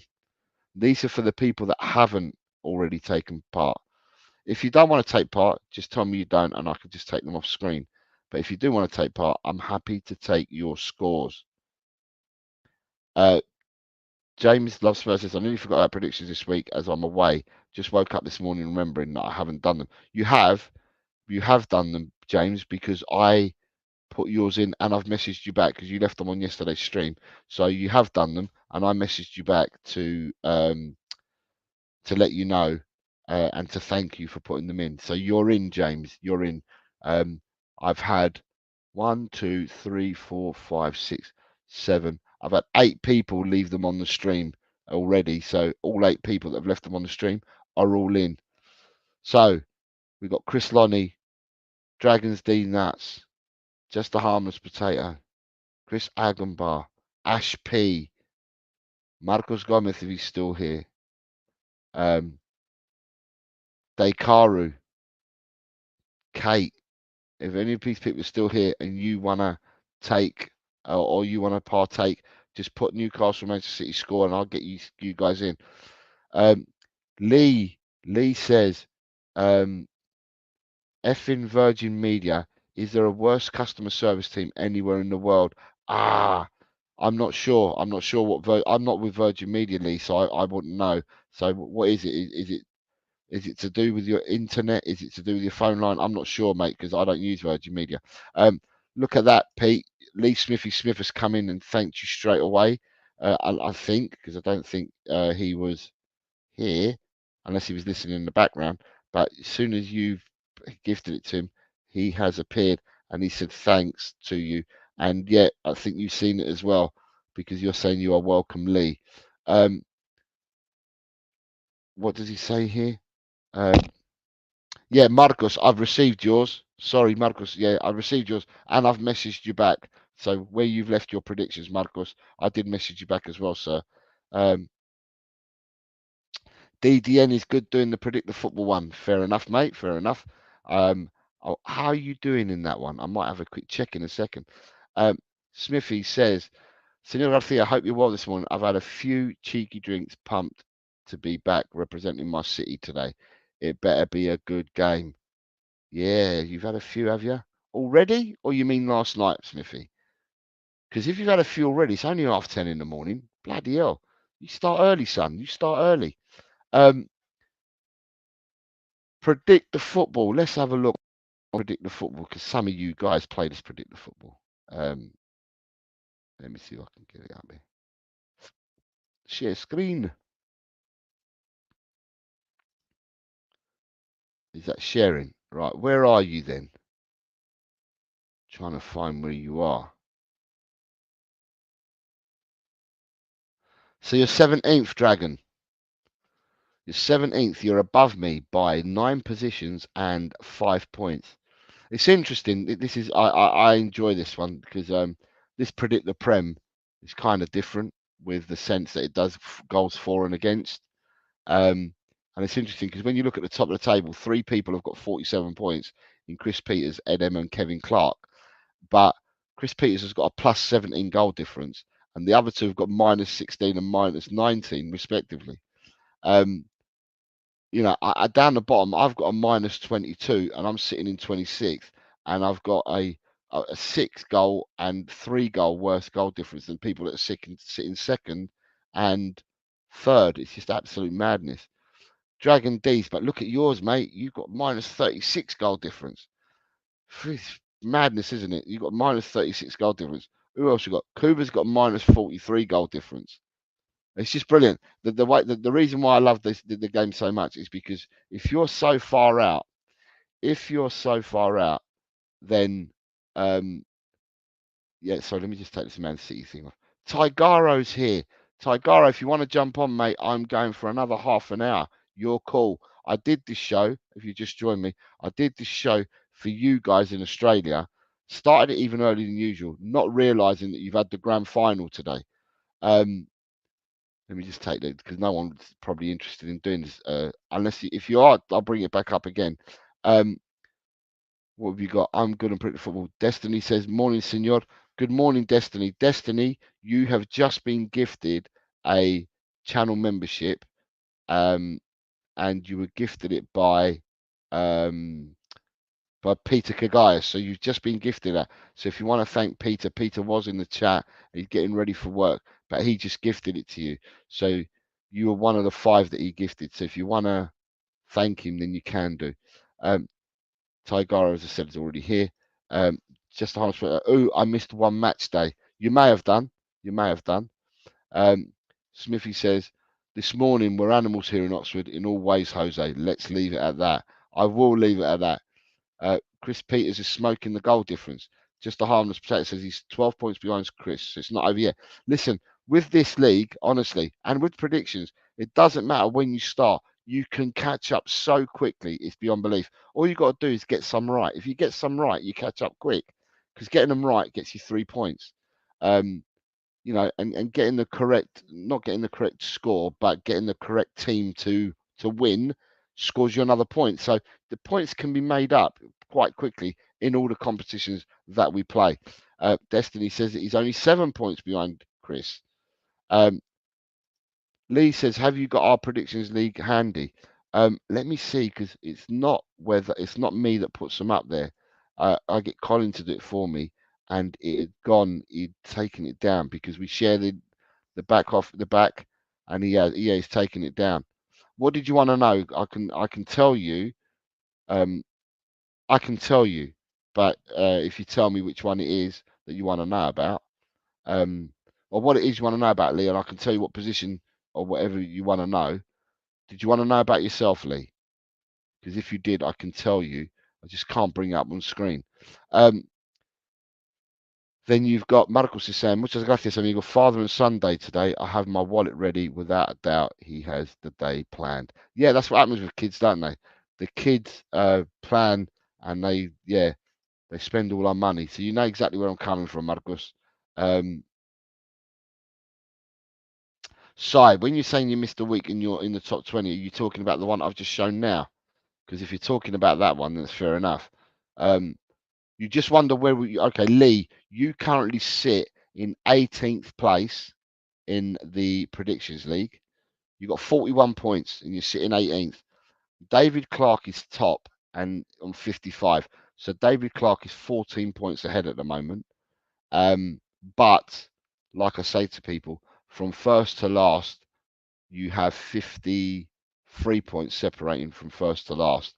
So these points can be caught up. So in the predictions league that we do, right, the reason why people can catch up still is because when there's an international week, we do a bonus week where I throw in a load of other games that are not Premiership games. So that gives the people a chance to catch up and still score points in that one. With Predict the Prem, it purely is just the Premiership games only. While some of you are here, let's have a look how you're doing in fantasy.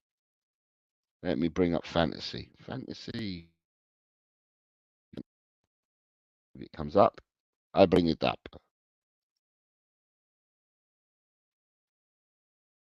Will it work? It's working.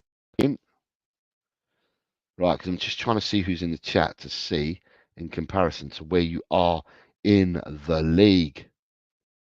Let me have a look. Right, so here we go. StreamYard and share it. Right, let's present it and share it. Share the screen for people. Right, some people you need to look at. James loves Spurs. If you're still here, James, you need to change your team because, and Tigara, if you're still here, you need to change your team as well. Although you picked up some good points last week, you both. Just a harmless potato. You might need to look at your team. And what I will say is that you've probably got, the first game kicks off in 2 hours. I would say you've probably got half an hour to change it, to change anything you want within your teams, because otherwise what will happen is that by by 11 o'clock, they'll take everything down. Let me just see, Premier League. So pick a team. You got till 11 o'clock. Yes, you got half an hour, because look, it says game week 6, Saturday the 28th at 11 o'clock. You've got like half an hour to pick your team and make any changes that you need to make. Because otherwise, your team that you've got at the moment will be stuck. Who else we got here? Destiny 5, you're there. although you climbed up last week, you scored 57 points. You have an opportunity, Destiny 5.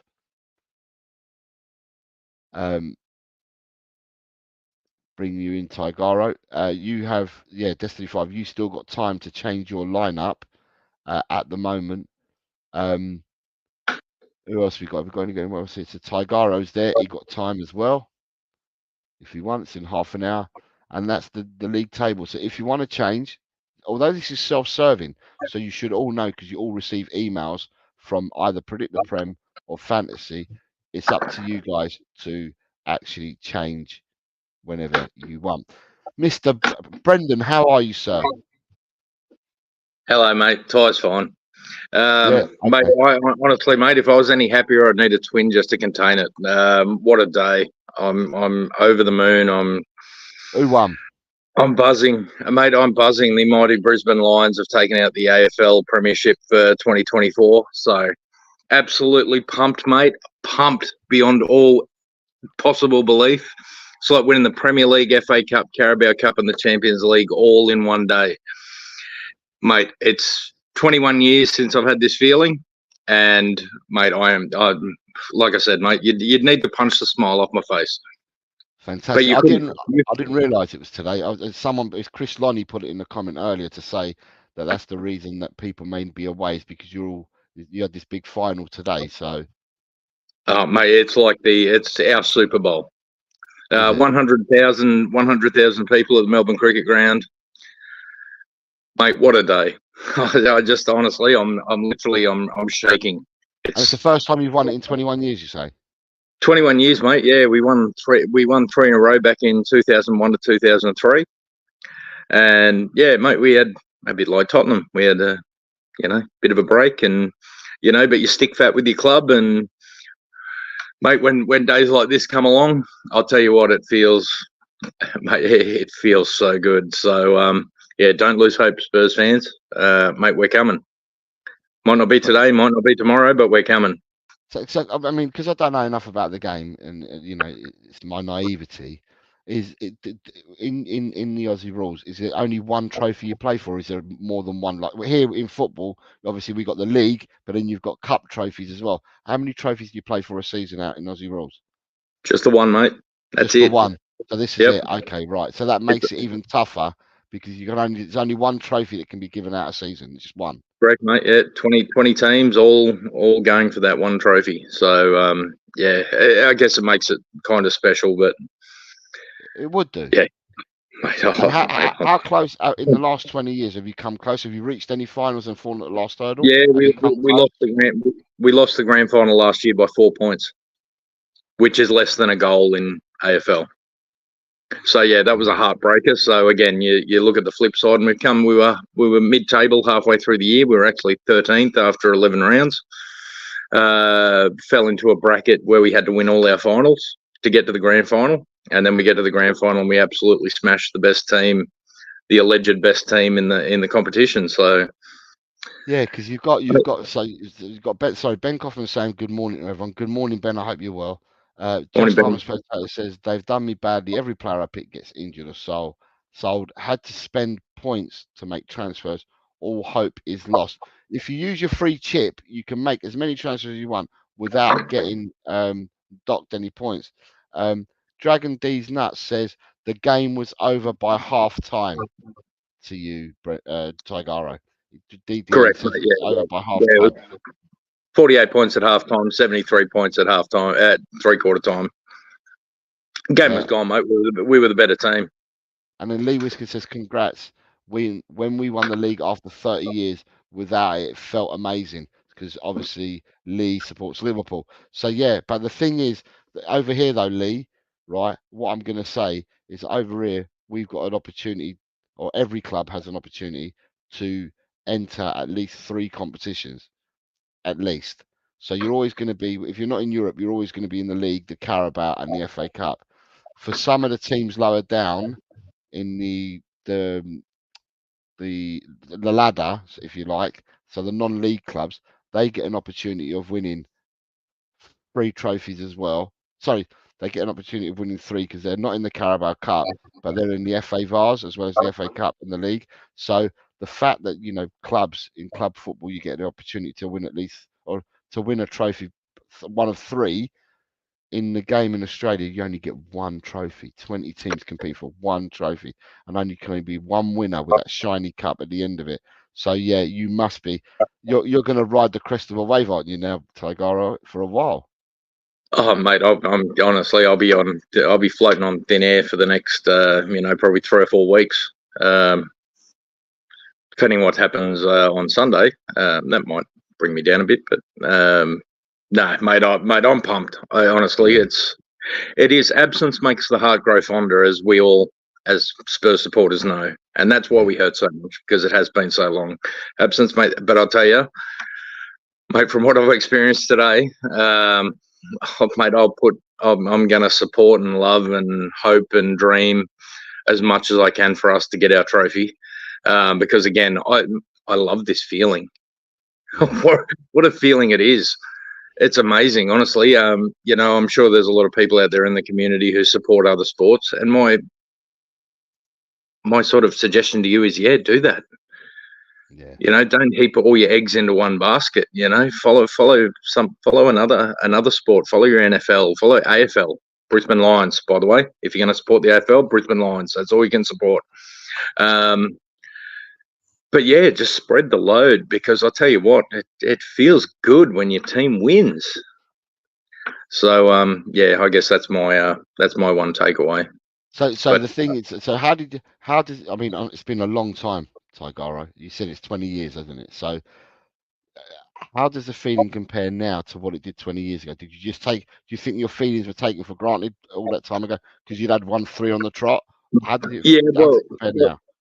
Yeah, mate, to be honest, the first one in 2001, which is now 23 years ago, again, similar feeling as to what I'm feeling now. It hadn't happened. It had never happened. We'd been in the competition for 24 years. Effectively, we're a merged club with a Melbourne club called Fitzroy, and that had been, I think, collectively over 70 years since that conglomerate had won any sort of trophy, any premiership. So that was cloud nine and accelerating. So 2001 was pretty much like today. By the time, because we were a very dominant side, you sort of get that sense of expectation. So 2002, 2003 didn't have the same sort of impact. It still felt bloody good, but I guess it's probably a bit like being a Man City fan now, that you know, you go into a season expecting to win. It's just not the same. So I guess we're a little bit blessed in that regard. Honestly, who'd want to feel like that? Feel the pressure that you have to win every year, as opposed to, I'll probably get a lot of hate for this comment, but we haven't won for a long time. Jeez, I just can't wait for it to happen, because the feeling is going to be exceptional.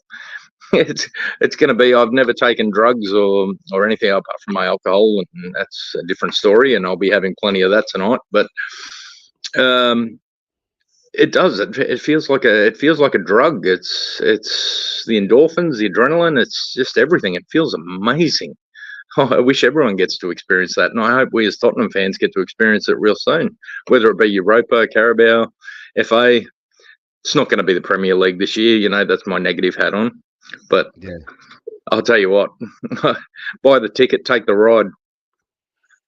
Fantastic. So you've got Lee Whiskey saying, is this Aussie rules we're talking about, or Aussie soccer? It's Aussie rules. Aussie rules, Australian rules football. Sava says, I will feel good if we ever beat a good side. And then he's saying to big up Taigaro, to you. Big up, Sava. Hope you're well, mate. Ben Kaufman says, not possible, Taigaro. I've supported one team for 29 years and only one trophy for me. Dragon D's Nuts says, my doggies in 2016 was special. 60-odd year wait. Side Dancer says, big up to my local club, Banbury United. Their home ground is currently a lake. G'day, people, says David Shear. And he then says, oh, Brisbane Lions. So big up the Brisbane Lions and the best game, Taigaro.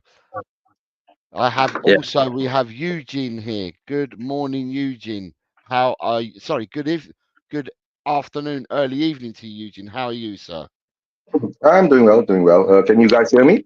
Yes, we can. Yes. All right, that's good, that's good. How are you doing, Jose? How are you doing, Tiger? Hope you guys are All well. good. It's Hello, about going to be, yeah, it's going to be about, it's evening here now, actually. It's 6 p.m. Malaysian time. Have you done your shopping now with your family? Yeah, that's why I just done my shopping. I was listening to you guys throughout the whole show and just reached home, got a bit to eat, some snacks and all that. I just decided to just hop on to say hi to you Yeah. guys. Yeah. Hi. How are you then? How is everything? How's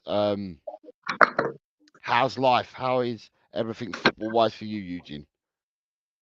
Oh, you know, Jose, you and I, we are old Spurs fans, right? So I'm very zen about it. If it comes, it comes. If it doesn't, we'll just shout, "DB out again." Right? But the thing is that, like I've been saying in a lot of shows, right? We have a lot of fans in different factions and all that. But because at the moment now, I just believe that Ange is just another deflection and distraction for what's happening at the club. Let's hope this is going to be a good deflection and distraction for us, right? And if he does deliver a trophy, that will be like what Tiger says, right? We've been waiting for so long, right? I've been waiting for so long too, you know. I've been a Spurs fan for 40 over years. I've been supporting Spurs since the 80s, right? And I've seen the cups and all that, you know, and it hasn't been coming for like the past 16 years. If he delivers, good on him, right? If he doesn't, then the pressure will be on him then. Like, for me, is that I'm used to it. It is what it is, right? And like a lot of people say, we got our Tottenham back. I said, I don't want that Tottenham back. I want a new Tottenham that wins things. You know, I don't want the old Tottenham that goes through that good football, nice attacking style, high possession, and we get zilch in the end of the day. Right. So Ange better learn and adapt. And the best part is, right, I saw him learn and adapt, right, in the game against Brentford. Right. That's what I saw. And we did sit back. Don't forget, right? We did sit back. Brentford had most of the ball, and we got them on a counter attack. So, yeah.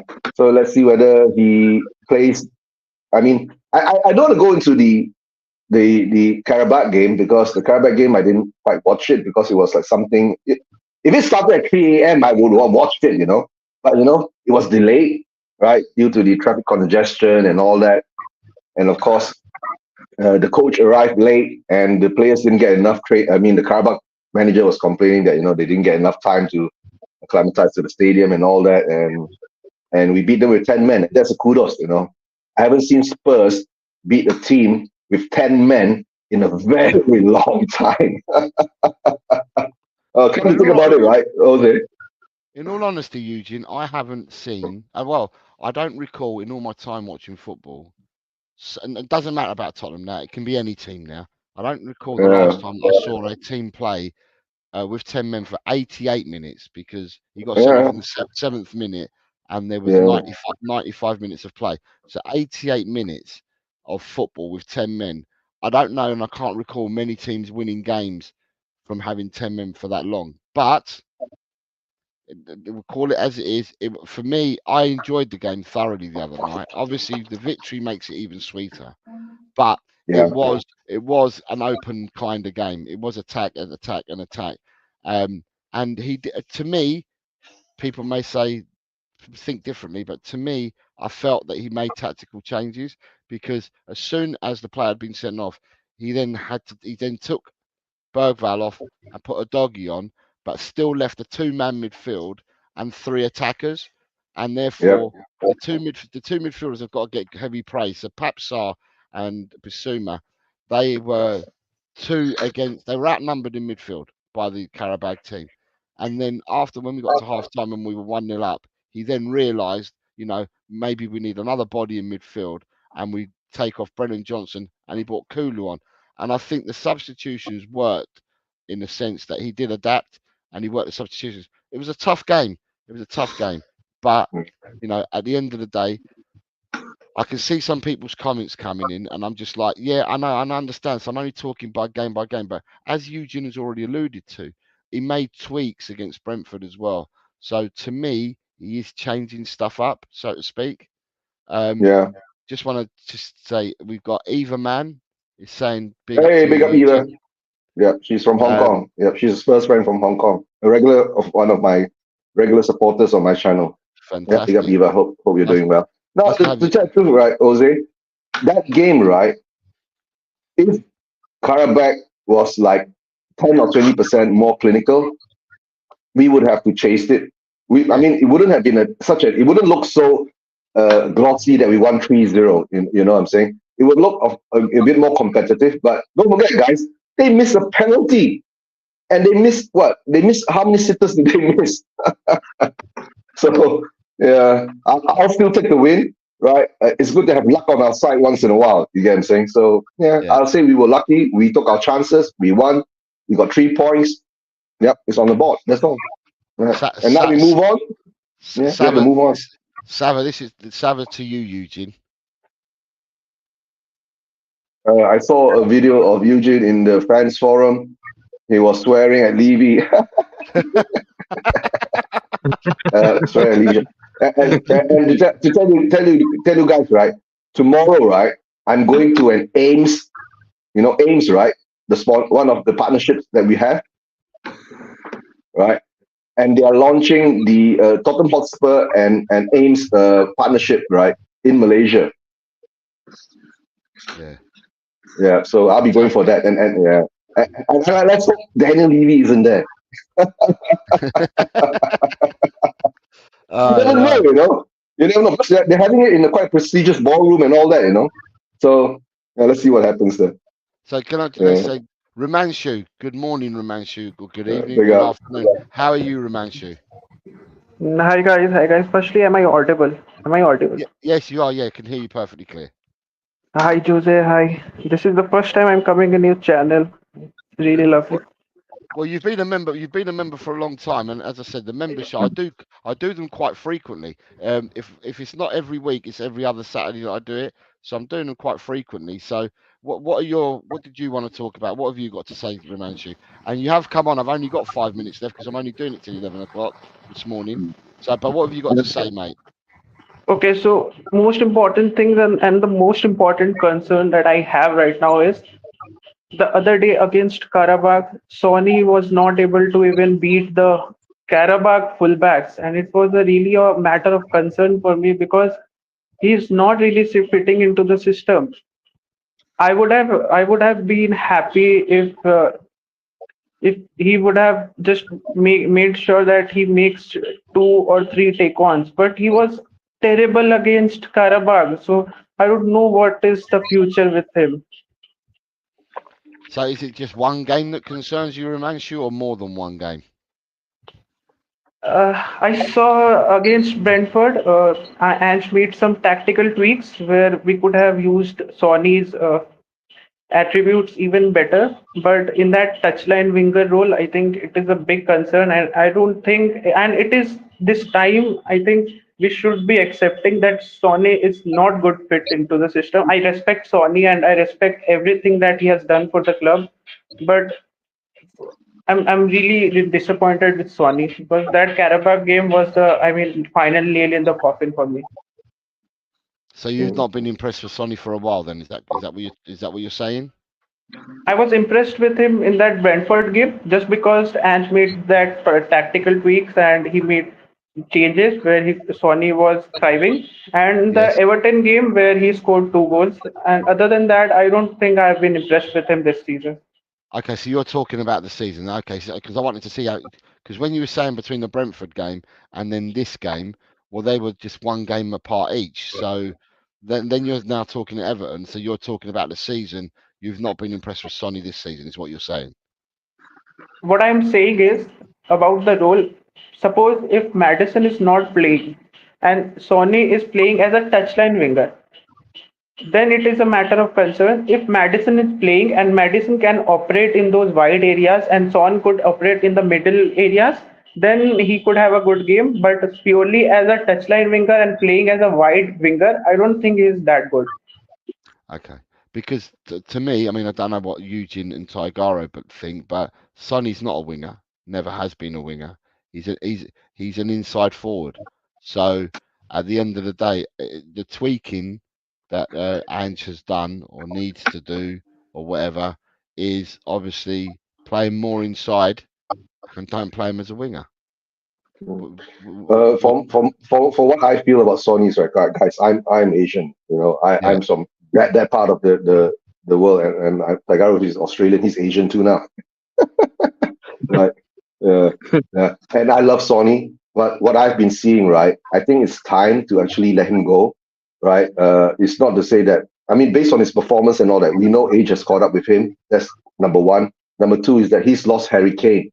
Harry Kane and him used to have that telepathic, you know, connection that Harry would drop back and he will run forward, and he's more suited for the counter-attacking kind of style of play because he runs to the ball. He doesn't carry the ball a lot. You get what I'm saying? But you cannot just let Sonny go because he's important on the field, but he's also very important off the field. Yeah, that's right. Right. That's what I'm saying. That's the other part, the financial part. Daniel Levy can't let him go because of the South Korean fans. That's why I'm saying we have to wait until January, right, when Yang comes in, right? And if Yang can carry on with that mantle, right, then most probably Sonny will be gone. I think if Yang can carry on with that mantle, kudos, right, then he will continue that South Korean marketing ploy, right, that he can still maintain. And then maybe Sonny can ride off into the sunset in the Saudi League, play a couple of years there, or 4 or 5 years there. He can come back to Spurs. You get what I'm saying? If he loves the club so much. And the best part is, right, if he wins a trophy with Spurs this season, that might be something that actually might keep him here. But if he doesn't, I think he will move on. That's why the extension of his contract, right, is still up there in the air. That's how I see it. You didn't tell me something. What is your opinion about Foster? Why is Fraser Foster? Why is he still at the club? Who? Oh, Fraser Foster. Don't talk about Fraser Foster. We should have shot that lame goalkeeper a long time ago, right? I think the reason Foster is still with us because he gives you that atmosphere in the dressing room where everyone is very comfortable with it. Exactly the same with Sonny. I think Sonny is everyone's older brother. That's why Sonny is the captain. You guys know. And don't forget, right? I think Sonny is. I think the very few. I think he's the last of the players that's been. I forgot about Ben Davies. Yeah, Ben Davies is still there too. That is one more person we should have got rid of 2 or 3 years ago, but he's still there too, right? But in the end of the day, no matter what we say about Sonny, whatever is brought to the club, right, the love and for the fans and all that, right, the emotions that we've been through with him, especially for me, right, I will cherish it, right. I always remember that Burnley goal, right, where he ran through the field, right, and slotted it in, right. I will remember when he scored 4, right, if I'm not mistaken. Was it he who scored 4 or was it Kane? I mean, in one of the games, right. So I will remember all this, but the thing is that I won't get sentimental with Sonny, to tell the truth. I will never get sentimental, is because if we want to move on as a club, we should be, not say ruthless, but we should have a plan. The point is, first, we don't have a plan. We get rid of Sonny, we don't find his replacement on the field. But now we're going to replace him off the field with Yang, right? We don't know whether Yang is going to will come good for us. And guys, Yang is a 19-year-old, 18-year-old kid again, you know? And we've seen what happens to our 19-year-old, 18-year-old kids. They hardly ever get game time. That's my worry now. But honestly, I would like to see Mikey more on the pitch. To be true, to get true. Hey guys, can I give you some commercial reality about Sonny? Spurs won't let him go because he's actually worth more than Spurs as the football club itself. Yeah, I know. Just a fact. And I'll never ever diminish his achievements. He is one of the best of our club. So look, I'm not going to get into the twos and fro's of what he is and what he isn't. You know, Sonny deserves what Sonny deserves, and he deserves the best because he's a good human being. He's a really, really, really good footballer. Whether we like it or not, he's lost a yard of pace, but you know, let's give him his dues. You know, you build up enough credits, you're allowed to, you know, have a couple of ordinary games. Yeah. And the truth, he might be carrying another injury again, like we don't know, right? You know, the one season he was playing under Conte. Yeah, he played through the whole season with what, a hernia or something like that, and that really hurts. Who knows? Yeah. That's the thing. We don't know. I've said it before on this stream. I said we're all mushrooms. We don't know anything. We're all mushrooms kept in the dark and fed BS. Like that's our club, right, Tagaro? Yeah, mate, correct. So I'm not going to hypothesize or whatever, but you know, just geez, let's just enjoy the good moment. Sava's saying Sonny's getting older and is adapting. The body changes. You can't always do the things you've done before as you get older. Finn then says Son is still a supreme goal scorer, but as a winger, he has lost that X factor that used to get us fans off our seats. He's just not that player anymore. Remember the game? Was it against? Which one was it? Was it the third goal which Solanke put in against Karabakh, when he cut in, right, and he took a shot, right, and when the goalkeeper paralyzes up? He used to do that so much last time, but he hardly ever does that anymore. Maybe he's been, locked back and all that. But like what Sava says, right, is correct, right? We just, like, for me, is that if he goes, right? I'll say, kudos to him, good luck, right? And then I would love for him to come back, right, in the later stages in his career, come back as an ambassador or something like that. But like what Tiger says is very correct. There are 30 million South Korean fans out there, which is supporting Spurs and Sony.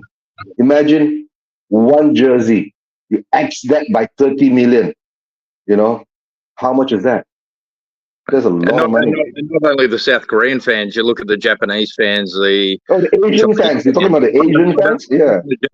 But it's the entirety of Asia that is locked in with Sony. It's not just South Korea.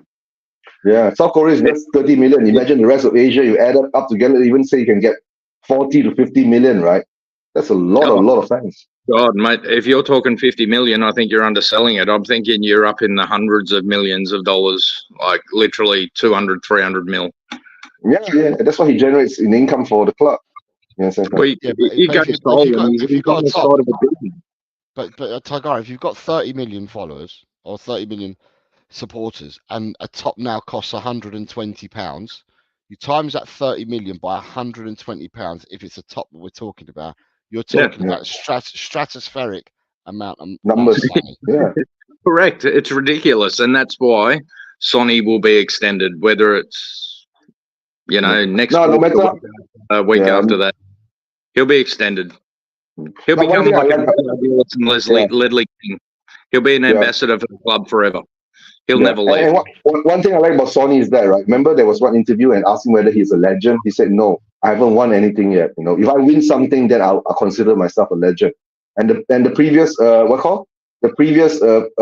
press conference that he was in, right? He was talking about winning again. And he's the only one, right? I see in the club that actually comes out and says that I want to win a trophy. The rest of us are just, the rest of the managers are doing all the, in Chinese, there's this thing called Tai Chi. You turn things around, move it around. Guys, there's one more thing I want to talk about here is the on the ball ability of Dragusin. Do you guys like it? How he performs on the ball? Which player? Dragusin. Dragusin. I'll let you guys go. You guys go on Dragusin, and then I'll have the say. I'll have the last say on it because then I'm going to tie up the show. Eugene, you first. Okay, for me, Dragusin, right, at the moment now, we're seeing patches of him, right? And to tell the truth, right, we did get a very good look at Dragusin during the Euros, right? And he is a good defender. He's good in the air. But I think the way that we're playing now, right, doesn't suit him that well, because if you ask Dragusin to chase back to cover, and what we saw during against Karabakh, that is what happens. And to tell the truth, right, I give kudos to Dragusin because he had the guts to do it. You get what I'm saying? He had the guts to do it. Remember the goal against us in Newcastle, right? Bissouma was chasing Murphy. My thoughts were inside there. Why didn't Bissouma chop him down before he reached the penalty box? Right? Sometimes you have to do it. So it's part of the game. I think there was. You have to take. I think there was the team.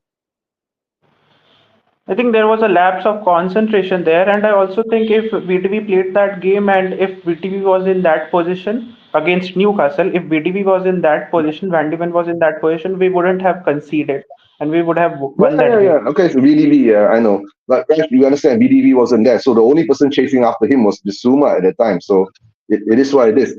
And for Dragosin, what you say is correct. The lack of concentration, maybe the lack of game time, right? And I don't know, maybe underestimating your players. And the sad part is, right, remember, that one ball going to the Karabakh winger or attacker or whatever, there was only Dragosin there. No one else was there. Isn't that a scary thing? Tactically. Tagara? But let's hope he turns up and he does well for us. We need all our players. We do. I think he made a mistake. Yeah. Simple as that. We're all human. We all do it. He made a mistake. He dilly-dallied on the ball too long. Janino, I think it is, picked his pocket. And then he had really, he could leave it up to Vicario to try and make another miracle save, but he took him down, and it is what it is. Yeah. We can't change it. I don't think it's got anything to do with his ability. I think he just, for that moment, switched off.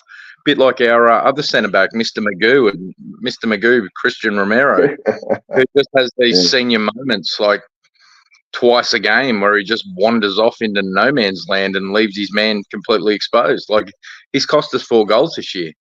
I'd rather be talking about Christian Romero's lack of concentration than than Dragusin's one little misdemeanor. Yeah, it was a big one, but we're human. It happens.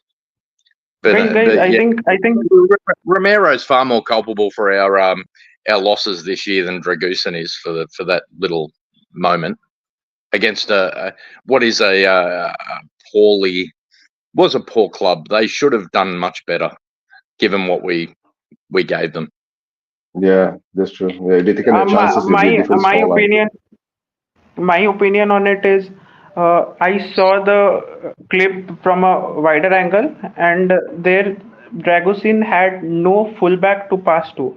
So either he could have passed it back to the goalkeeper, or he just he could have just made a long ball. But what he wanted to do was pass it to a fullback. But at that point in situation, at that situation, fullback wasn't available. So he was confused to what to do. So then he made that mistake. I think if any fullback would had in that position, if we had any fullback in that position, he wouldn't have made that mistake. Right. Sorry. Coulda, shoulda, woulda, maybe. There's a lot of. I'm gonna have to thank you. I've got to go shopping now. It's my turn. I should have. Okay, Jose. My wife's calling me. I should have left it. I said 11 o'clock. It's now 11 minutes past 11, and I'm being buzzed. Look, let me say thank you to Chang, to Eugene, Taigaro, Romanchu for coming on. I'll do one again next Saturday, probably around the same time, to try and accommodate you guys that live in the Southern Hemisphere, because it's always good to have your opinions on here, and I'm glad it's all been you people that have been on, which is good for me. People, if you've got a membership, come on, have your say, talk about whatever you want to talk about. The show's for you. But thank you very much to you guys. Thank you very much to all the guys in the chat that have contributed today, and the people that sponsored today's show were Marcos, who became a YouTube member, and Peter Kagayas, who gave out 5 channel memberships. Guys, I wish every single one of you a great remainder of your weekends. May you be full of joy and blessings to each and every one of you. And tomorrow morning, there'll be a show with Ash and Chang at 9 o'clock tomorrow morning. I'll prepare the thumbnail later to let you know. And my last words are, for me, is come on, you Spurs, in the big Ange I trust. Any of you guys got anything? Guys, don't forget, if you have time, just subscribe to Spurs Vision TV. Right? Oh, sorry, go on. Yeah. And I'm on the road to 550 subscribers. Yeah, if you can get me there, that'll be good. Right. And I'm also be doing a show on Wednesday. Right. Let's see how it goes. Wednesday or Tuesday. Right. That should be an interesting one because it'll be after the Manchester United game. Yeah. Let's see how it goes. Right. And don't forget to subscribe to Tel Cockerel too. So big up to you guys. yeah, so people get over to Spurs Asian TV. No doubt Chang will be plugging the channel as well tomorrow, because he does it when he comes on and hosts a show with Ash. So yes, so go and support Eugene over at Spurs Asian TV if you haven't done so already, and you will be reminded again tomorrow by Chang as well. Sorry, Taigaru. Just come on, you Spurs, and go Lions! There we And congratulations. Congratulations to Taigaro for the Lions victory today. Yeah, congratulations. And Eugene, your last words were? DV out. Thank you very much, everyone. Take care of yourselves and enjoy the remainder of your weekend. Cheers, Good night, Jose. guys. Legend. Bye. Cheers. Thanks for having me on.